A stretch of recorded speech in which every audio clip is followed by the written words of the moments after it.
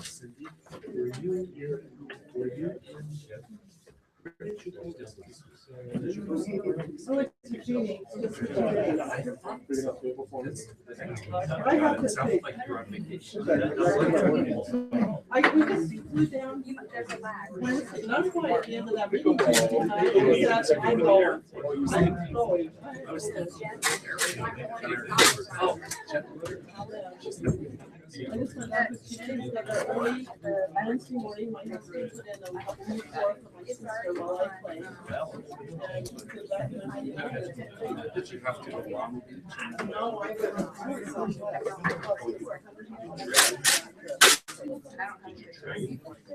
no, we just part, you go on any airline and pay the tax. So it cost us like $120 round trip for both of us. Yeah, that's 43.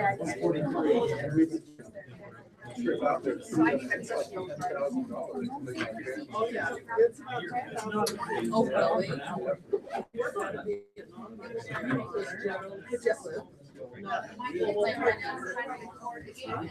It doesn't say like. So my sister, she's an Australian ambassador.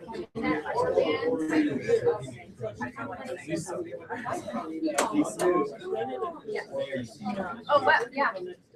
And just, yeah, do you want me to? Yeah. We have to get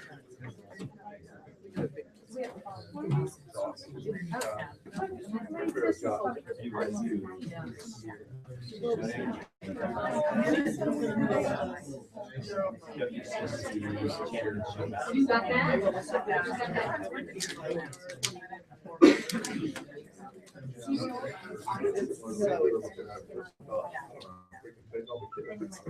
You need to, if you can figure it out. You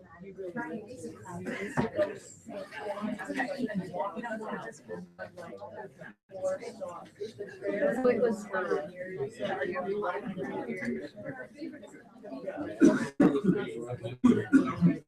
yes.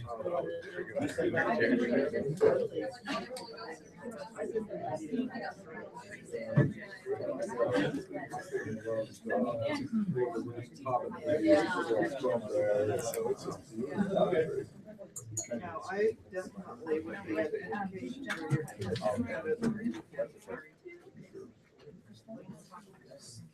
Start saving.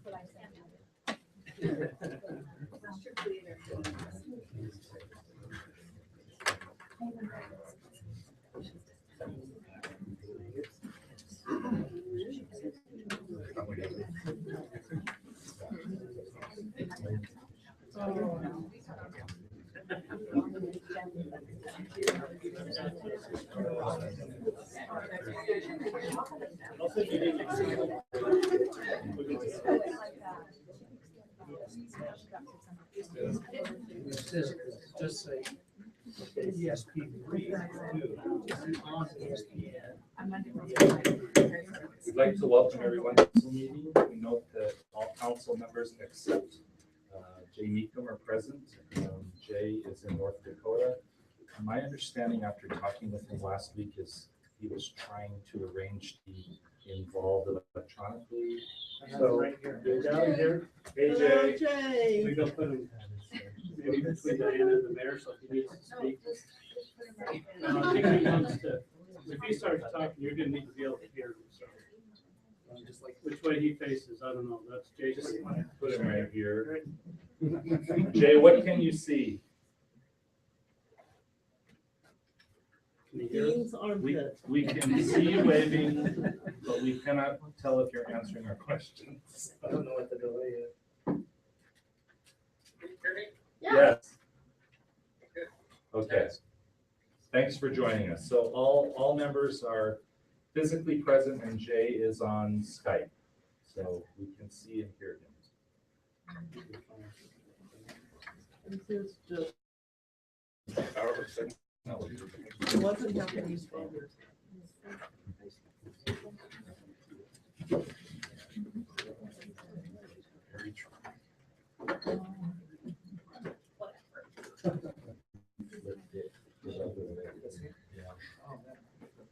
And then just- The other way. And he now speaks Chinese. The language. Okay. Thanks, Jay. Okay, our Pledge of Allegiance will be offered by or led by Lisa Lydiard, and our opening remarks will be offered by Molly. Lisa? Please stand for the pledge. I pledge allegiance to the flag of the United States of America and to the republic for which it stands, one nation, under God, indivisible, with liberty and justice for all.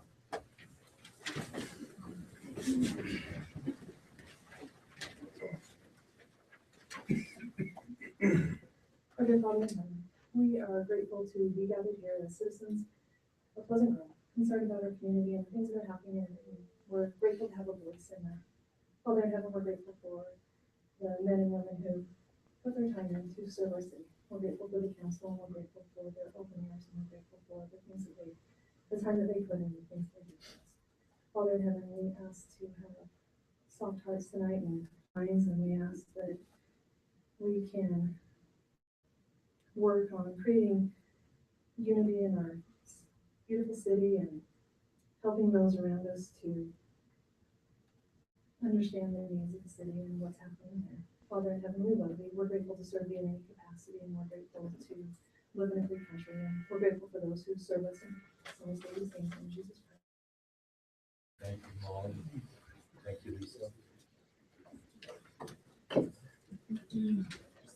Okay, with regard to tonight's agenda, I was notified by Jay. Is Jay here? Jay's not here, right?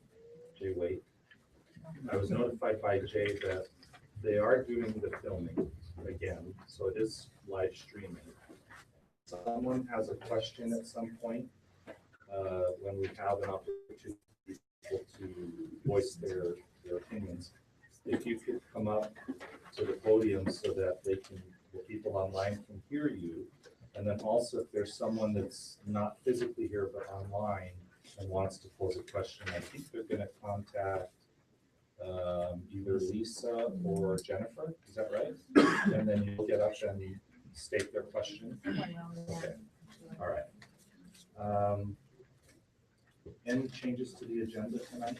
No, we just want to flip flop items 10A and 10B, which is, we want to do roads before we talk about things. Okay, the ones that are in the consent. Okay. So then there's nothing on the consent. Okay. So there'll be no consent agenda items tonight. Those need to be continued. And we'll flip flop A and B. Any other changes? Okay, if not, I'll entertain a motion. Mayor, I'll make the motion that we approve the agenda with the continuance of item 6A to next week and the switching of item 10A and B. I'll second it. Okay, we have a motion by Ben, second by Diana. All in favor? Aye. Did you vote, Jay? Okay, thanks. Motion carries. Okay, so an open session now. If there's anything on the agenda that you want to talk about that's not open, that's not going to be an open session, or not going to be a public hearing, or if there's something not on the agenda that you want to talk about, now's the time to come forward and state your name and address, and then go ahead and we'll see if we can address it.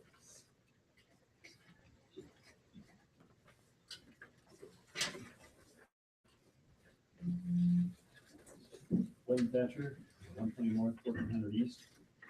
I've been thinking a little bit about things since last week's marathon, and I don't know if it's going to be discussed later in tonight's session at all, but was thinking about Mayor, your proposal for the committee and the discussions that were had.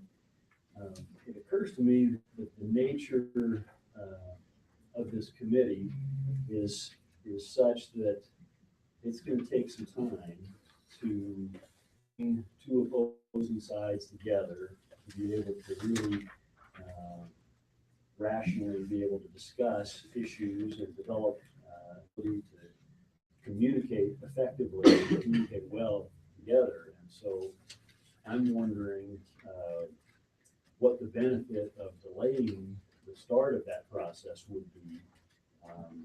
I think it would be beneficial to get the committee functioning, allowing them time to develop that ability to communicate and dialogue effectively while we're waiting for the engineering information to come back. If we have to start that process after we get the engineering information, we're going to be another couple of months at least probably down the road. And so it's just a thought, and I thought I'd put it out there. I didn't know if we can have more discussion about this tonight or not. I don't think it's on our agenda. And based on what the council instructions, the council this week, after the discussion, Scott and I have met.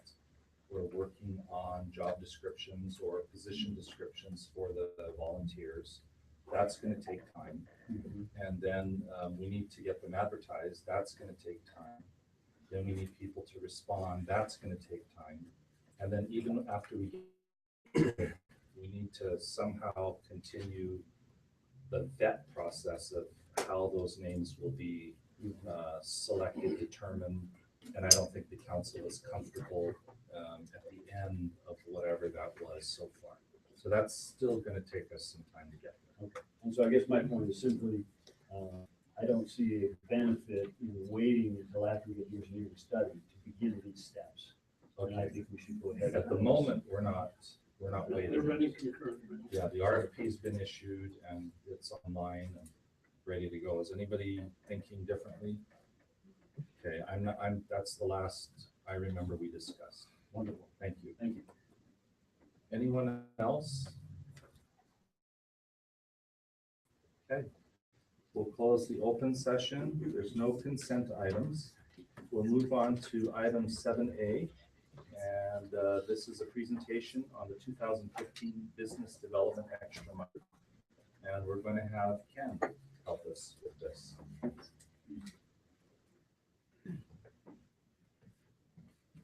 Okay, I haven't known who all came in. I don't know, have representation from either All American Development or Culinary Crafts here.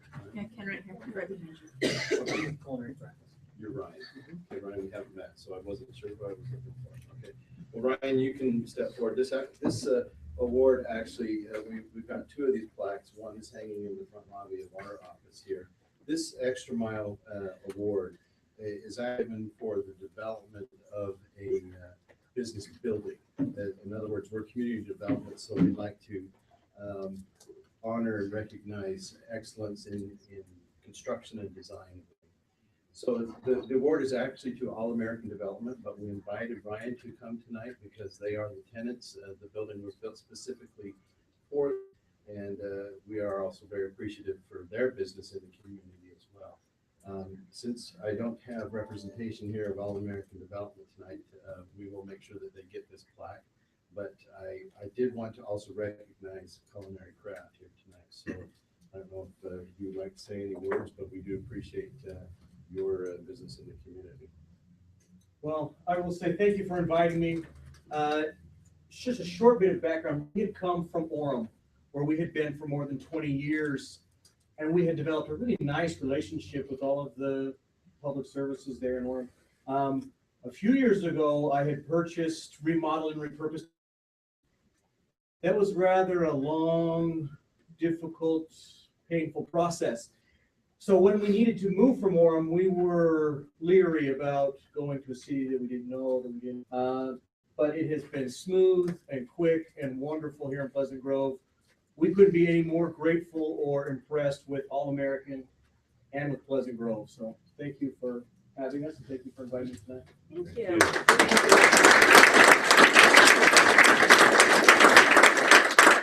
We're glad to have you in the city. Thanks. And it's nice to see your professional trucks driving around. It's fun.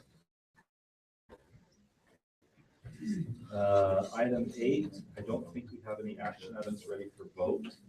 So we'll go to 9A, which is a public hearing to consider a resolution 2015-07, authorizing the mayor to sign a quitclaim deed, correcting an easement that was incorrectly deeded to the city, deeding the property back to Nick and Marianne, property located at approximately 1300 East Crystal View Drive, and providing for an effective date.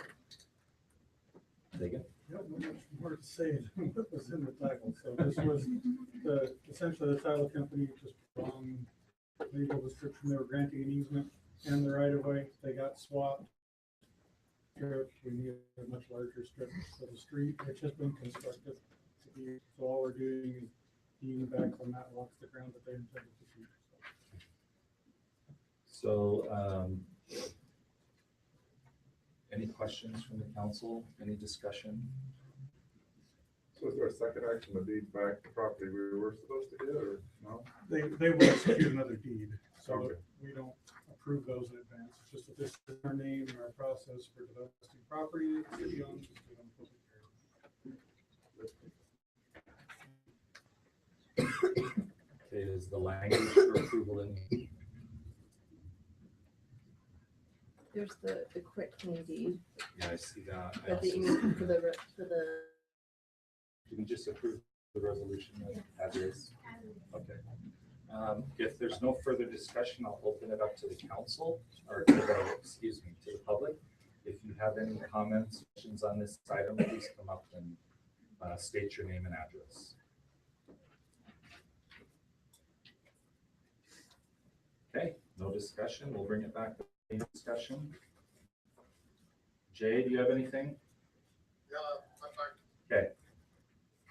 All right, if not, I'll entertain a motion. I make the motion that we approve resolution 2015-07, authorizing the mayor to sign a quit claim that was incorrectly deeded to the city and deeding the property back to Nick and Marianne Matlock. Property located approximately 1300 East Crystal View Drive. Okay. Second. Thanks, Whoa. Jay. Awesome. Technology Hey, works. Jay, that's actually faster than when you're here in person. And louder too. And louder. Okay, Play it in 2 seconds. so you started that. All right, so we have a motion by Sid and a second by Jay by voice. Ben, Yes. Jay, Yes. Sid, Yes. Cindy, Yes. Diana, Yes. motion carries. Okay, item 10B, discussion on roads, continuation of the discussion that we started at our offsite. Okay, I mean, you want to yeah, tee it up? in history. We talked about it in our January about tackling our road.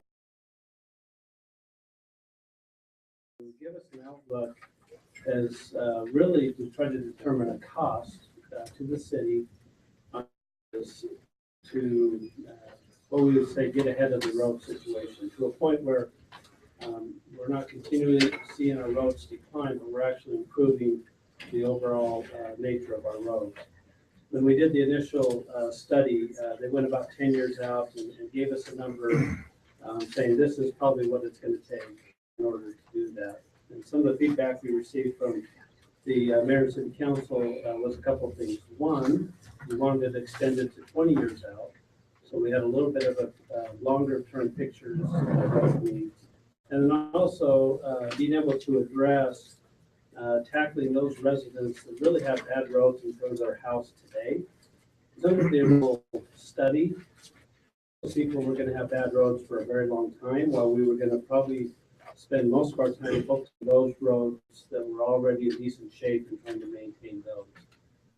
Because we don't, so kind of recalculate and see what you can come up with. So we sat down with JB and Marty and Ken here and started working. So they now have a different set of numbers for us to contemplate on how to tackle the road problem. So with that, we'll do that.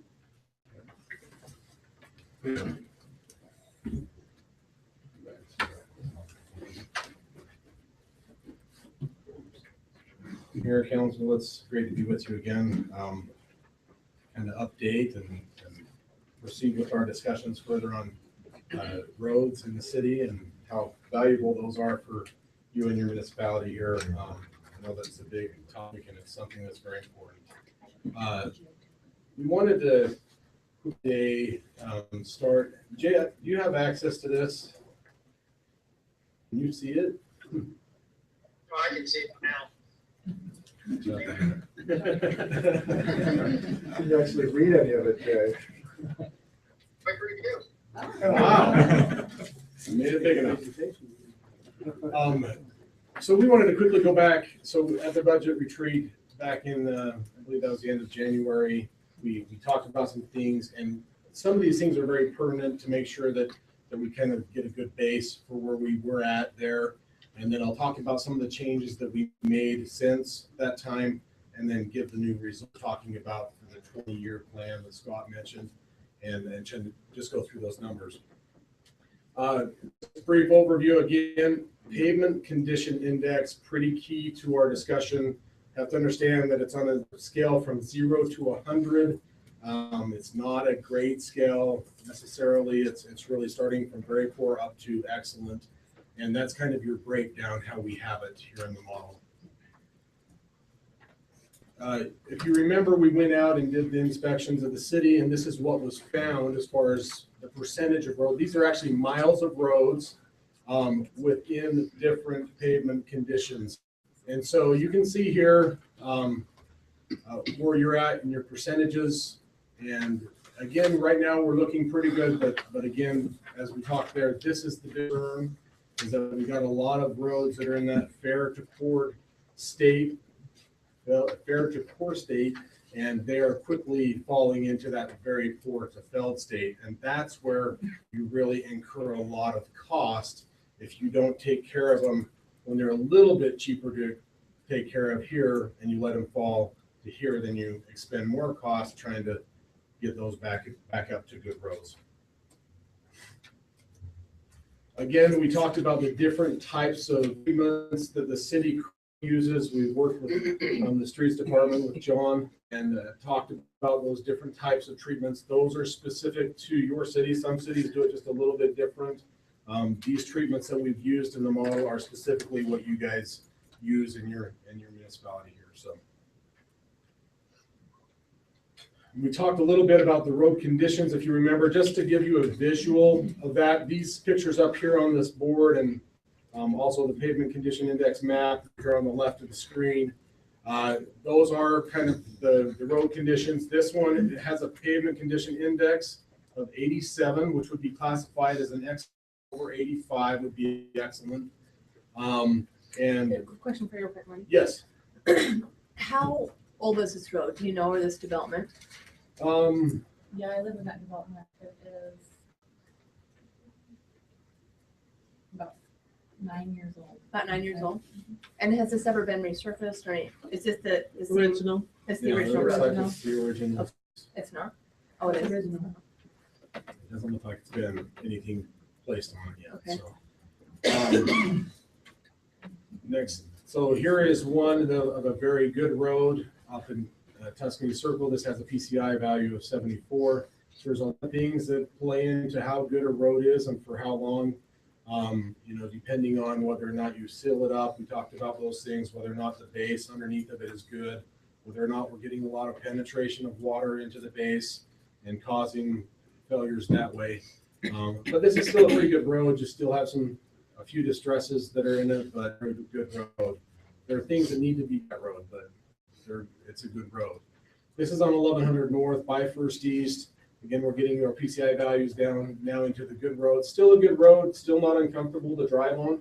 People are still comfortable with it, but you can start to see that we're starting to see a little distress happening here with some potholes, a little more block cracking that's happening, and over time, those will just increase as we go along with time. So, and then your Fair to 4 road again, we've got trenching that's happened probably with the pressure irrigation or some other utility that was installed. And then you can kind of see that we're getting some major distresses in that section when you get down to that. At this point, it's really difficult to deal with the road because it's hard to seal all those cracks and not just let them come back up through a new overlay or something.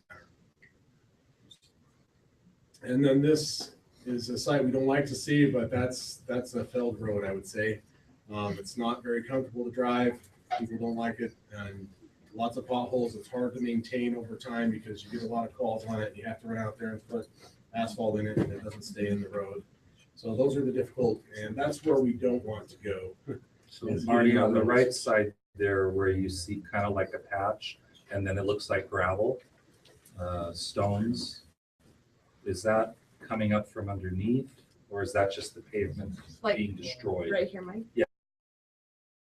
So it appears here that somebody has put a pothole there because there's been a previous hole there, and now around it has felled even further, and that's what you're probably seeing coming up around the patch that was originally applied. So, yeah, it's there really isn't anything to do with this road other than reconstruct it at this point. There's not a treatment that you can do that doesn't just take out the whole road and reconstruct it. Mayor, I think it'd be really in this discussion, but it just came up to me because I've had people ask this question, especially out on 900 West with the gas line being put in. Can we explain to those that are here when another utility other than ourselves or our city is putting stuff in, we'll them because we're getting comments, well, why don't you just pave the whole road when somebody's dug it up? Well, the gas Questar is digging up 900 West. Who's the best person? So it would be well to have kind of an nation as to whose responsibilities are whose and to what level of putting it back to normal is meant to happen. Because I just think it's important to have discussion at some point. Do you want to mention? Yeah, so we have a permitting process. If the utility like Questar comes in and wants to do what they're doing, they go down to Public Works and get a permit. Questar, they have a franchise agreement with them, so they have a universal right to be within our right of way. They agree to do things to our standard, and Questar is actually a great example of a baby that does a good job, and we frankly love seeing them come in because they're good Boy Scouts. They leave things better than they found. We're glad they're going at 30s. They'll help whatever they do on 30s. We have two standards for trench. One is in a road that's 5 years or older, and that's patching back the trench, the area that they disturbed plus a foot on either side, or cuts in newer roads. We discourage them whenever we can have somebody wait. There are things that happen that we need to get in and work on it, and that has a much more extensive patch. But in both cases, the intent is to restore the road to the same condition that it was there before. You'll obviously see a color difference. It's newer material. It's there to restore what was there before. Okay. I think just the perception is that it's just patched again. Do you know what I mean? And it's the perception of what is happening. But, the question I've had, people say, well, why don't you doing it? Why don't you just do the whole thing? So that question comes up quite a bit as utilities dig into our roads. So I think part of that So- question will, if we can remember that question when Yeah. it talks about pricing, Right, then we'll get an idea of why it doesn't happen that way. right. Sorry, I was gonna say I drive that road every day and it's actually better than it was Right. before Questar came in and yeah, it was a pain. No. that- But the perception is, what I'm saying is it's just being patched again. I would add to that, that I think there are standards that the cities can set up. Other cities have different standards. For example, I work in Springville a little bit, and their standards have a little bit different standard, and I think we can talk about some of those things. For example, if the trench isn't right down the road, not only do they make them do their cross section, but they make them go to the edge of the road if it's less than 3 feet. And I think we probably do that. We've got some things like that. Same thing, or to the middle of the wheel trench, so you're not driving off onto that patch, middle of the road standards.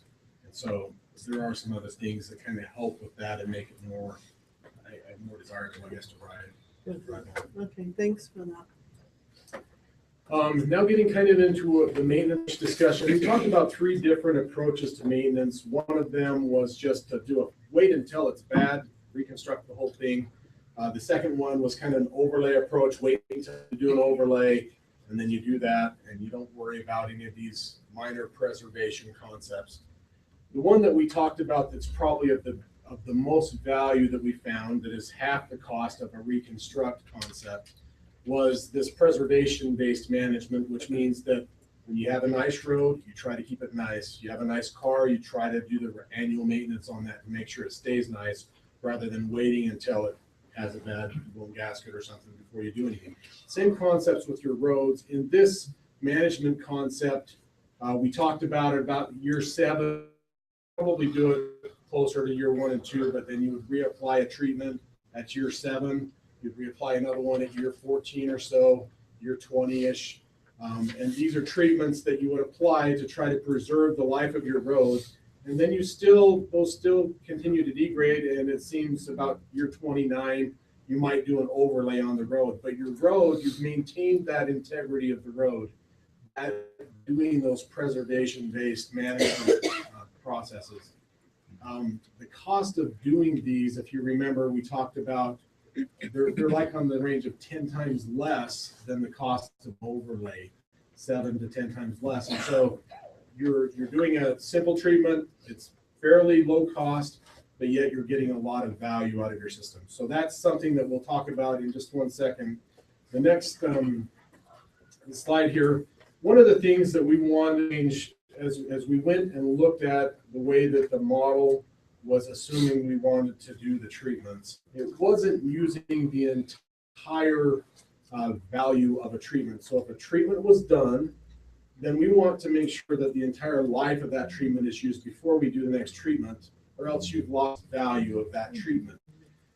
So we went into the model and made that happen, because the model doesn't do that automatically. We just said, okay, this is when you're going to do a treatment. Do it here, 7 years later, you're going to do it again. And that has helped us, I think, come with a better model, I think, that is more accurate. That was changed from our budget retreat discussion. The other thing that was changed is we talked more on a little bit about the processes that we use here in the city. When do we do overlays? When do we do mill and overlays? We looked at some examples and came up with a little bit different. This used to be at 58.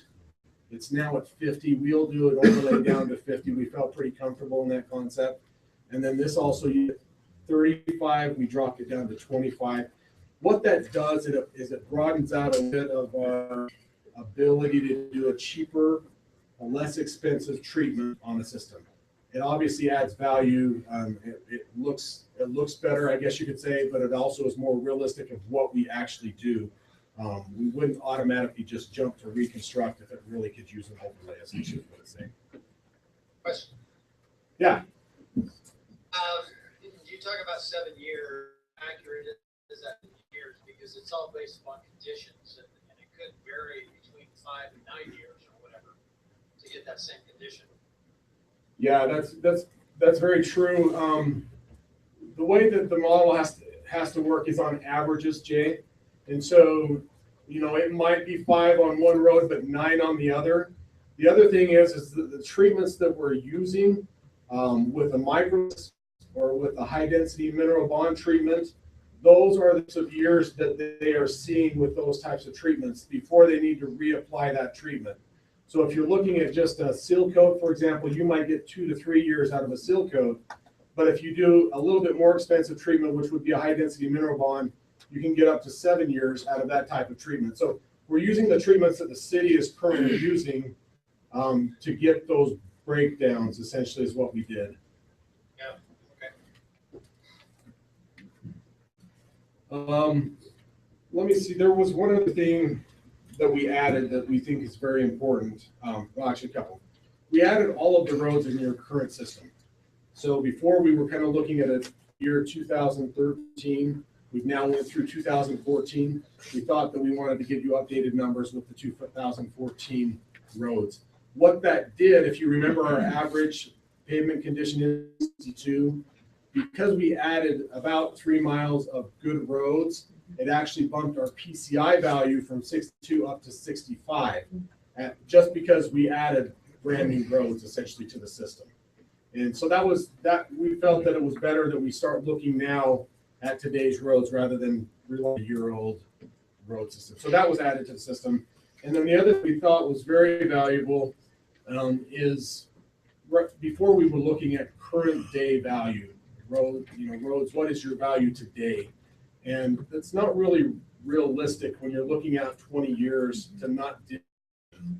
And we felt like we would get to this point and somebody would say, well, you haven't talked about inflation. And so we add inflation into all of the numbers. And so that we're realistic budgets of, if you were looking at a budget for the next 20 years, that budget can stay constant, not change with inflation over time. And I think at the budget retreat, we were saying it would have to increase every year based on inflation. We're now saying, here's the bottom line. When you're talking about a budget, we're talking about a budget for 20 years, not for 3 years or whatever. So, Yeah.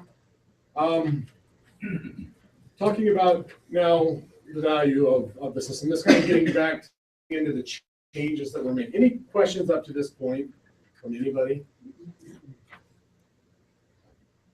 Okay. Did I say something wrong? Because I probably have said a bunch of stuff. I usually do. We would know. So. You're good. I'll keep it. Okay. Okay. The one thing that we kind of heard from their budget retreat is that it's great that we have this, these number of roads that are good, but our real focus is these roads. This is kind of where we want to focus our efforts and at least address questions about those roads. It's great. We need to deal with these, and these still need to be preserved, and we need to do the proper preservation treatments on those. But these ones, how do we deal with those is kind of the big question I think that came from the budget retreat. And then we also wanted to kind of see that window expand out from 10 to 20 years so we can see how to deal with those in 20 years.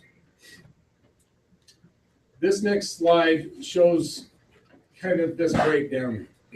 Sorry. When we're dealing, we broke up these slides into 2 areas. So we've got those roads that range in 55, which are your fair to poor roads, and those that range from 0 to 25. And one thing that we showed at the budget retreat is that when you look at an average system, at the end of 10 years, we saw that even though we were spending $3 to $4 million a year, we were seeing we still had a lot of roads that were in this very poor to failed roads. And the question is, well, we understand it's bad maybe at 10 years, but what happens at 20 years? And so we broke these out into 2 graphs, and this is how we explain this graph. It's a little bit complicated. Take it in one step at a time here. This is only the $4 million budget. So this is $4 million years, straight along with all of the model changes. And what we see happening is that here in year 13, we have less than 1% of the roads that are in this fair to poor roads. That means they've jumped up into the good or better roads. The other thing that's happening here is that you can see here we have a peak on your poor roads. before we were ending right here. And at $4 million, we were saying, well, we still have 20% of our roads that are failed and we're not taking care of them. Let's look at a wider horizon of time. And what we're seeing here is that peak comes at year 11 with the roads. That at $4 million a year, we see a peak in those roads. And then at that point, we really start to gain some ground on dealing with those roads over time. As you can see with this, I'm sorry if I blind somebody in the front row, I'm terrible with this thing. But as you can see here, by the time you get to year 20, at $4 million a year, we're about 4.2% of your roads are good or better. I mean, are poor, sorry, or failed. But everything else is in your good or bad. And you can kind of take those graphs and look at that and say, you know, is that what we want? Is our roads, and they're in a situation that they're hard to deal with maybe in the short 5 years maybe, but we're looking at maybe a broader range of how do we deal with these roads in the longer term, 20 years. Now let's go to, Can I ask a question? yes.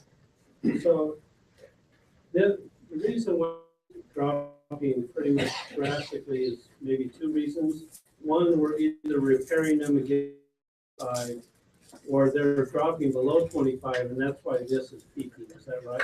That is correct. Okay, so I just wanted to clarify that. I think you said that these were all becoming higher than 55. But Good point. a portion of them are actually dropping down into this graph. That's why we have this peak.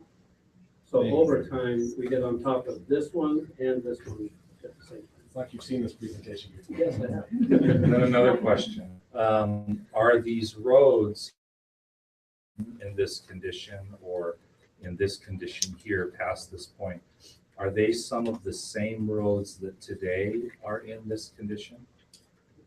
Not necessarily. I think what we're seeing there, and I think this goes right along with what Scott was saying, is that some of these roads that are up here are going to fall down. Be able to address some of, with $4 million, we're going to be able to address some of those current roads that are right here, maybe first off. What we're not going to guarantee with $4 million is that nobody will ever have a failed road again. We're going to have some of these roads that fall down. We're going to be able to take care of some, with the budget, some of these roads that are poor. And so I think, does that answer the Yeah, question? if you could go back to the slide that showed all of the roads and which condition they were in. That one. So what you're saying is, although some of these roads might fall into this category during this 11-year period, all of these roads will jump up into this category. Exactly. And so maybe some of these roads have then started to get to the point where they need attention. But after that 11, you hit year 13 and beyond, the majority of the roads shift into the good, very good, and excellent range, and not the poor range. That is correct. Can I just follow up on that a little bit? So I think the intent would be is that we tackle these ones first and just get them knocked out. So when these start deteriorating, they go from 55 down to 20. Then maybe the roads that are 55 today will be the 4% left after year 20. But the roads that are 25 now drop into this. I think that would be our first target to get those fixed.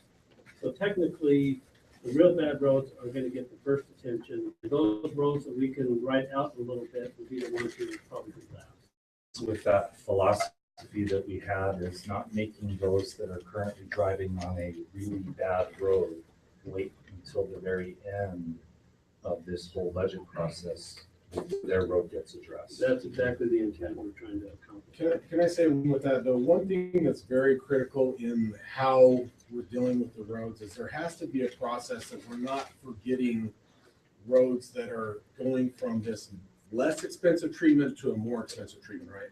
So if our focus is purely on gonna shift $5 million, $4 million the first year to more roads, we have neglected all of those other roads that are continuing to decline. So I would say what we should focus on is every year we're going to have 4 roads that we're going to address. And we should start with the roads that are poor today and how we fix those roads. And it may not be all those roads in 1 year, but we're going to start with 4 roads and work out of that based on the budget that's allocated to each section. Does that make sense? Mhm. So, Okay. I've got a question, Marty. yes, And I can't see it that clear, but you talked about a peak at a certain year. And now as the budget increases or decreases, that will be or point which change. say, Yes, that point would change over time. As budget increases, you'll see that shift sooner. But the more money to put into it, the sooner that's accomplished, and the less money, the more delayed that is. so that's our next slide. You beat us to the punch, Jay. Wait, Jay. Look, this is, go to the next slide, Ken. There's 6. This is this concept except using $6 million a year. If our budget is $6 million a year, now let me clarify one thing when I say $6 million a year. We are going to achieve a point in your system that you have 0% of good roads, of poor roads, failed roads at year 10 with $6 million. After we hit that point, we don't have to continue having a $6 million budget. Okay, we're talking about, when I say $6 million budget, $6 million until the roads are taken care of. And then after that, we drop to a maintenance budget, which we'll see in the next slide. But so right here, Jay, to answer your question, if you spend $6 million a year, what the model is showing is that at year 5, you'll hit a peak of about 10% of your roads. Instead of 4 million, it was 20. With 5 million, with 6 million, you're down to about 10% of your roads. And then at that point, you start to take care of your problem roads. And by year 10, you've essentially addressed all of your issues with that. And then at that point, we can just maintain a maintenance budget for your system rather than an increased budget for your system. Does that make sense, Jay? Yes, it does. So, It's a hard number to swallow and take, but I understand what you're saying. But you're saying with $60 million over the next 10 years, it can get us up to a point where it's manageable. yes, exactly. Now, let's back up. Can we go back to that one there? What we can see here is that with $4 million a year, you're still going to have 4.2% of your roads that are lying in that poor state after 20 years. We still don't hit the end of that line with 4 million. Can I go to the last slide there, Ken? What we can see with this is that, just look at this bottom graph. With $7 million, you take care of your roads in 7 years with a peak under 10%. $6 million, you take care of your roads in 10 years. $5 million, you take care of your roads in about 14 years. $4 million, you kind of get all those roads taken care of at about 23 years. When you get up into the $3 million range, we didn't project it out far enough to know at what point you've taken out those roads. But what you can see is that there is a peak here at about year 17, and that'll be shown on the last slide. We'll do a summary. And it does start to go down. You get in to where those roads are all taken care of, but you do see that it does have a peak. When you're talking about the $2 million and $1 million budgets, they just rise. They don't ever get care of. And the reason why is because your maintenance budget for the number of roads that you have should be more than $2 million, because you've got 108 miles of road to deal with. You need a higher maintenance budget than $2 million to deal with. So. And likewise, the fare to roads, same information over the same period of time, but different results. Yep. Those are going down. Again, these are cheaper to take care of, so we're faster, and they get down into this more manageable range quicker based on the budget. So When you look at a greater breakdown of those roads too, when you get down past the 1% range, a lot of those roads are up around that 55 range. And so those are roads that kind of come down, and it's just their time to get a. So these roads here where they're just climbing, these are actually the roads up here that are dropping into this category. yes. Okay.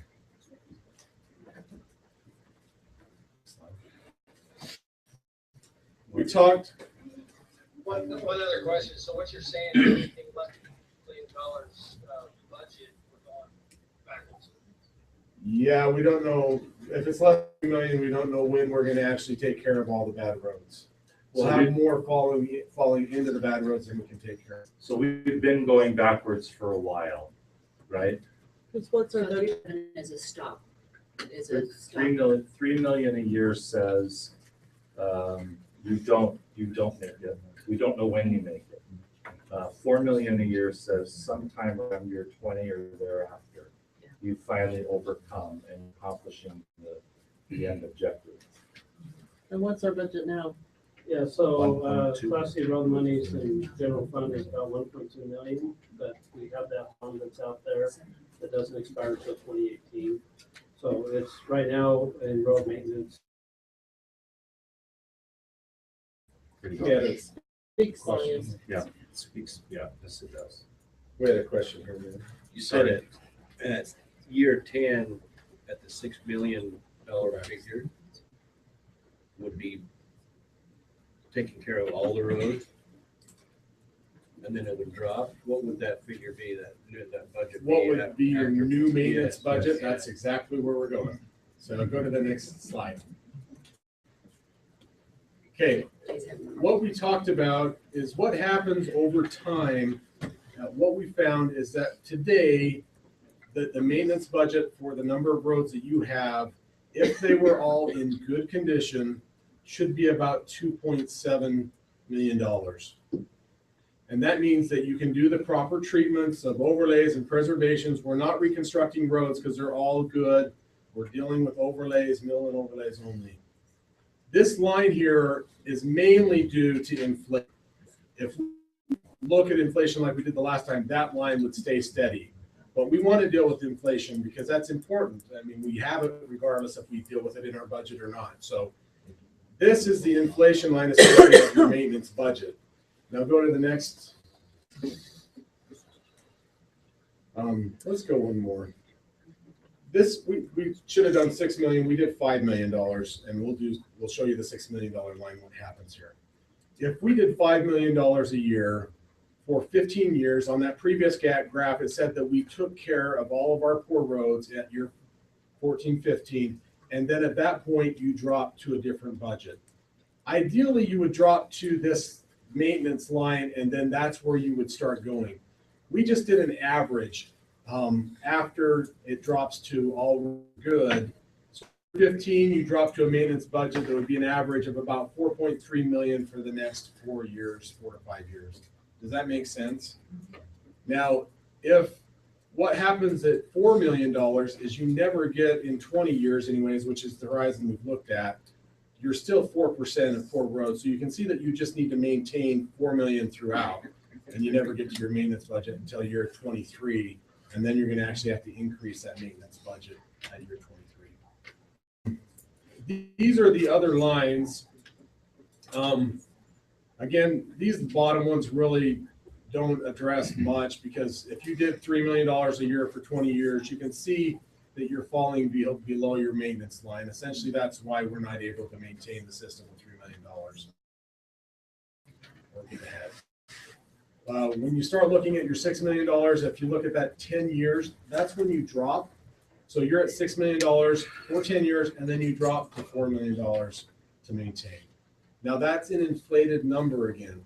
If we weren't looking at an inflated number, we would say $6 million, and then we're dropping all the way down this, $2.7 million line if we were looking at today's dollars. Those are inflated dollars based on construction costs inflated. Any questions about, we again went 4, 6, 7 million, and you can kind of see the break is where we deal with all the bad roads, and it drops to a maintenance budget at that point from there on out. Then, any questions on that? Did you do it cumulative over 20 or 30 years? So that's our next slide. We wanted that question, so we're just waiting for questions. Yes. Yeah, so for your $4 million a year budget, you said 4.2 after 20 years would be the very poor or failed roads. Is that double the current percentage? Okay. So that we actually, the problem becomes worse at a $4 million budget. Yeah, it becomes, until year 23, and then you were able to deal with it the last 3 years, essentially based on the budget you have. Didn't it become worse at any budget level for a little period of time? Yes. There was a little growth and spike, and then it sooner. Whatever budgets we have, there's, again, that 3%, we can't deal with those because, that's the next slide. But $33 million that we'll talk about here is kind of a number that estimated it would take. If you wanted to get all of your roads to where you could maintain them good or better immediately, if you had $33 million and we were able to put that directly into those roads and apply that over 2 or 3 years, we then could just get out of the problem of bad roads and just have a spud for the remaining 20-year life that we're looking at here. And so that's what these bottom ones talk about, a 10-year bond for $33 million and a 20-year $33 million. Critical with that is that we're not talking about a 10-year $33 million bond and you do nothing else with any other budgets.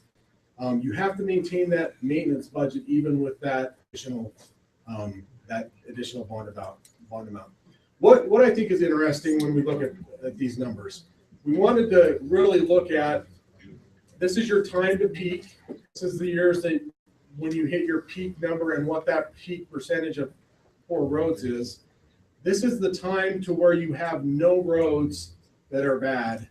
And again, for ones, we don't know when that is. It's beyond property years plus for all of those roads. $2 and $1 million, you'll never achieve the goal. This is at 20 years, at $1 million a year, we have 60% of our roads that will be filled. We have 44% at $2 million, 25 at 3, 4% at 4. And when you're looking at your total overall cost over 20 years, if 1 million times 20, $20 million, and you have 60% of your roads that are bad. As we look down here at the $4 million, we spent $80 million over 20 years, $4 million a year, and we're starting to deal with the problem now. When you look at your $5 million budget, again, at year 15, we took care of all the bad roads. We're now at $90 million. And this is where it's a little bit interesting, is that when you look at your $5, $6, or $7 million budget, or even your bond options, you really kind of are spending the same amount of money. It's just how fast you want to get to where you are not dealing with any poor roads. So at $5 million, it's 15 years. At $6 million, almost the same amount of money, but you can do 10 years. It's just the term. You're doing $6 million a year for 10 years, and then you're dropping to your maintenance budget, spending the same amount of money in 20 years, but you're getting a quicker return on your money. Marty, did we put the debt service cost in the bond? Yes, that on the bonds, that includes all your debt service. It includes some interest, startup fees, a few things like that. We worked with Dean on a couple of those numbers. Not debt service in terms of principal. Yes, Everything, that does include. that is everything and a maintenance budget after year 3. So Do you know what cash flow is? So, for example, if at 4 to 5 million, you're hitting 80 and then you're hitting 97. If you come down here to 99 or you drop into the 108s, do we know what the cash flow is? Is there a peak in the first few years, followed by a decline? I mean, this is the cumulative. let me tell you what I know about Okay. that. So 10-year, we are paying a bond payment and maintenance budget for 10 years. The bond payment, if I remember correctly, was about $7 million a year with the maintenance. So for 10 years, you were paying that, and then it was dropping to your maintenance budget only after that. So then the payments on this 10-year 33 comes out at 108, but that's equivalent to doing the $7 million 99 in cash flow. Yes. Except for Because 10 you years have- instead of 7. You have I'm sorry? interest. Except for 10 years instead of 7. And the interest on, if I remember correctly, on the 10-year bond, it ended up being like $6 or $7 million over that 10 years. And on a 20-year bond, it seemed like it was about 15 or 14 million. I don't remember the exact numbers, but that's kind of where those numbers are reflected. It's that interest that really makes the difference that you have to pay for because you bond it. Yes. So have we looked at ways to loosen up the purse strings for Utah County? My understanding is they receive a huge amount of money for roads, and a lot of that money is going towards UTA projects in Provo and Orem, which don't benefit us at all. So it seems to me like you got this pie of money that's supposed to be used for roads, and they're getting 2/3 of the pie, and maybe we're getting 1/3, if that. So, I mean, have we yep, there's a bill right now on the House floor. It's HB 362. It seems to be the one that's going to make its way to the top unless something changed in the last Got an 24 update hours. about 45 minutes ago. So maybe we'll defer on that, but Okay. the answer to your question is yes. We've been working on this. David? I think he's also referring, if you're aware, when we pay our registration every year, there's a fee there that goes to the county. And that's the MAG fund, that's combined with the federal funds that MAG gets. And the mayor's council, the COG, Right. votes every year. And you see those every year. I see them in the department committee. The vast majority of those projects for both the federal and the local money is spent on roads. North County Boulevard, all of that project from State Street North, that was all built with county funds. So just to go back to your basic question, the answer is yes. The question, the real question for us is, how do you influence the state legislature, meaning the and the Senate, to pass the bill productive? And right now, you have 6 days left. Is that right? No. 5 days? 2 days? Okay. So So we'll talk funding as soon as we're done with the presentation. Okay. We're not gonna get into the nitty gritty, but we're gonna get an overall as to ways to tax funding problems. Okay. But we want to get through this. thank you. Thank you. And so I want to make sure, just the audience who's here tonight, these are just options, right? Don't want people to walk out tonight and say we're now bonding for $33 million, Right. because that's not correct. These are just options that we've asked you to look at for us with budget bonding. There's different options out there, but we're not No leaning towards it. decisions. Yeah, no decisions. This is not an action item Right. tonight. In fact, we still have a lot of work to do because the funding side is going to be the key component. Tonight is strictly informational. One thing that was asked of staff was to give the council options, not just one option, give you 10 options. And so we're probably not going to decide which option tonight either. We have time to kind of work through this and make a good decision as to what's the best for us. So it's a good But the Thank best you. thing for the public, these are options, not bonding for $33 million tonight. Because that can have sensitivity and awareness and get people riled up. That's not what's happening. We're just looking at all the options like we've asked you to do, so. So Sid, are you not bonding tonight? Right now. I just want to make sure I understood what you said. That's what I'm saying. Thank you. Can this presentation be made available on the city website? Yeah, and if we talked about making it available ahead of time, but we thought that information from Marty, it was really going to become confusing. So with the dialogue of the recording, putting it out there now is probably important. Thank you. If there was an influx of money instead of the bond, let's say from the county or state or anything else, where would that fall into the model? So if we $3 million from Uncle Sam, so with there's bond cost that you said was about 7 million, is that correct? What I would say is at this point, we can't look at all scenarios. Yeah. But what I would say is if we did have a scenario that the council wanted to look at directly and say, what if we do 3.5 million? What if we do a $5 million bond and do something else? We can throw those numbers directly in the model and see how it works out. Does that make sense? So these are kind of just giving some baselines, but unless we kind of know how to run it, it's going to run different numbers every time. Based on statistics and authorization, it looks like an influx of money up front to take care of those fair and poor roads. is gonna be the optimal solution to make the overall in 20 years the lowest.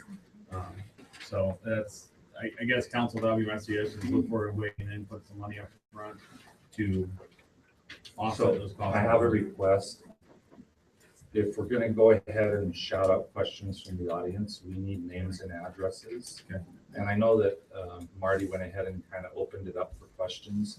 So it's kind of up to you and the council if we want to do that. Mayor, could I just suggest let's get through the presentations, because Okay. we'll probably answer some of the questions. All right, And once we get the presentations, then we can answer any. thank you.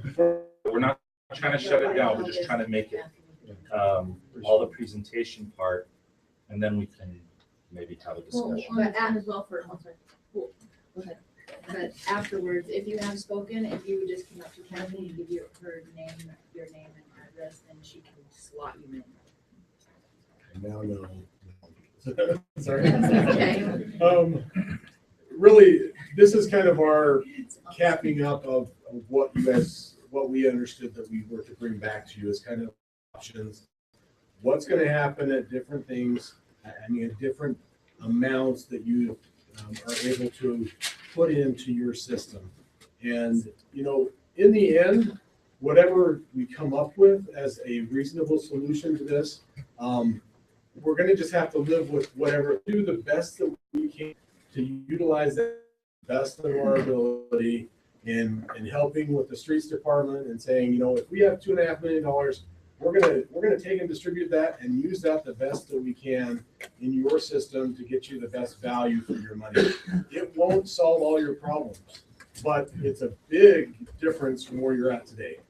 And that's kind of what I hope that this brings to light is that you have 108 miles of roads. The value of those roads, if they were all reconstructed today, we're talking in the hundreds of millions, 160 million-ish type number. So these are big numbers that we're talking about. And if you have $160 million ability in your city, you've got to be putting money into that every year, or else it's not going to be taken care of over time. And so I think roads are things that sometimes just get forgotten. They get pushed off over time. It's pretty common throughout the county, throughout the United States that happens. But at the same time, if we're now paying, what I see in the industry is that we've got to take care of these because we're on a declining slope here that'll never catch, essentially, if we don't start addressing some of those needs. So, Ken, I think I'm going to forgo the last because that just causes confusion. So, with that, Mayor, I think I'm open to any questions. So obviously this didn't happen overnight. This is years and years of years. Yes. And this isn't unique just to Pleasant Grove. Is that right? This That is is correct. cities across the state, and like you said, nation are experiencing this problem. But do you work with other neighboring communities close to us that are experiencing this type of road issue? Yes. We're currently working with Highland City. We're working with Linden City. We've with other municipalities about the issues. I don't think, not all municipalities are going at it the same approach. They aren't asking for these same questions that you guys do. And I applaud you guys for really trying to tackle the issue. It's really important. And the longer you wait, the more you're going to get behind, essentially. But we are working directly, and they have the same issues with the amount of funding that we're recommending for them. It's how do we come up with a reasonable amount of funding to start dealing with our problems, and it's a lot of money for all the communities we're dealing with. One thing I would say is be very cautious to look at somebody else's road system and say they're spending this much on their road system and we should be spending the same amount. It doesn't work that way. The problem is that we're where we're at today because of what we've done in the past, and we have 40% of roads that are already in that poor state. The adjoining cities might have less, and therefore their budgets could maybe start to be a little bit less. So it's really hard for us to really compare dollar to dollar because you're at where you're at based on previous decisions made. So I would just advise to kind of keep that in mind. It's important to look, but not compare dollar for dollar. And do you feel, what's the main factor for the deterioration of the road? Is it mainly the weather that we have from Utah, where one day it's 70 and the other day it's 30? Is it the weather conditions? Is it the age of the road? I mean, an older city compared to like Saratoga or Eagle Mountain where they have newer roads? What's like the main factor as to why the roads deteriorate so quickly? And I think we talked a little bit about this at the budget retreat, that one of the factors is that we aren't properly preserving the pavement by applying some sort of seal coats, trying to do that initial treatment, that oxidation over time really makes a road kind of brittle.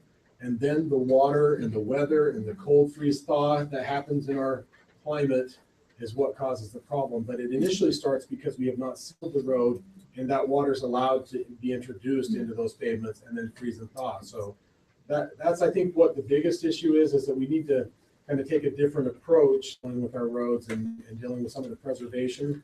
And then we can start dealing with some of the other issues. You're still going to have them because you have areas that have poor soil conditions and things. But you're going to have less because you're not dealing with those roads that are sealed. So if we need to get no water, our roads will deteriorate, right? That's bad. Jay, you have to speak a little louder. I was just gonna say another consideration too, is Pleasant Grove is probably an older community, older than Highland and Linden, and probably the roads are a little older, and the base on them, that were probably constructed differently years ago than they are in recent years. I would. Good, Most Jay. of them, we have much higher quality that we require in the road today. Can't hear you. We have, Speak in your mic. we have a much higher quality of road standard today when we build a new road than we did 10 years ago. So it is also a large function of interstate. Have in 1900, have a base. There are roads in town that are just built on the local clay. We're just paved on the ground. Well, yeah, we've seen from some of our existing roads, our base is lacking, along with the thickness of our asphalt. So,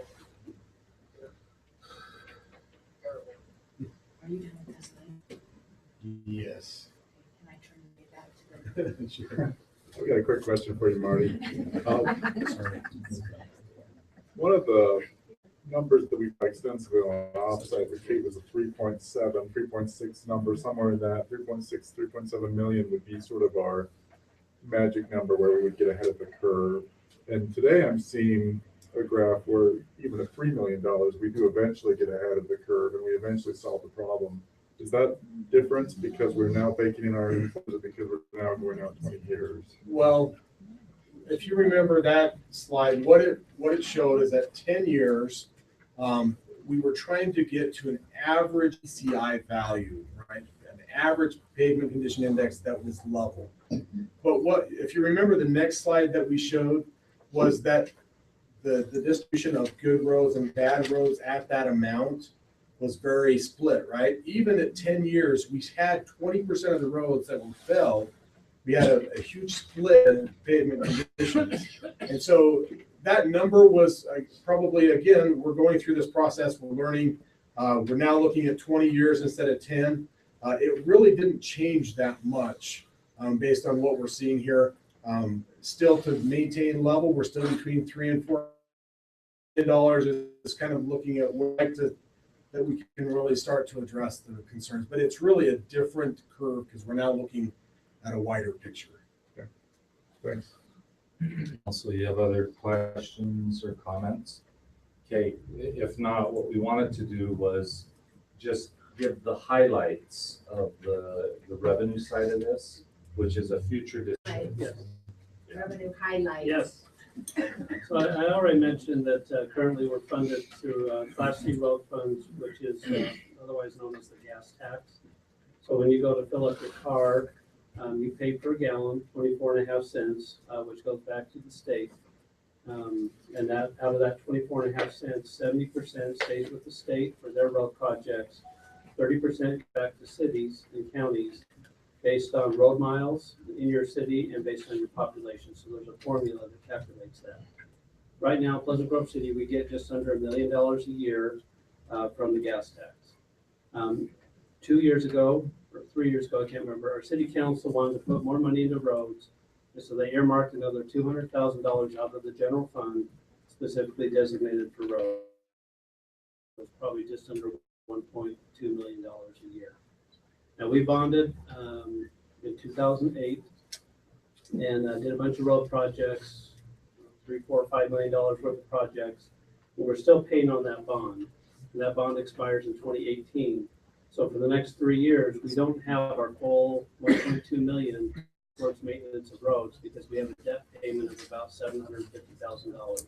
And Scott, how much was that bond in 2008? 4.2 million. So because of that, we're probably putting in roughly $500,000 a year in maintenance, and that's the maximum right now that our budget can handle.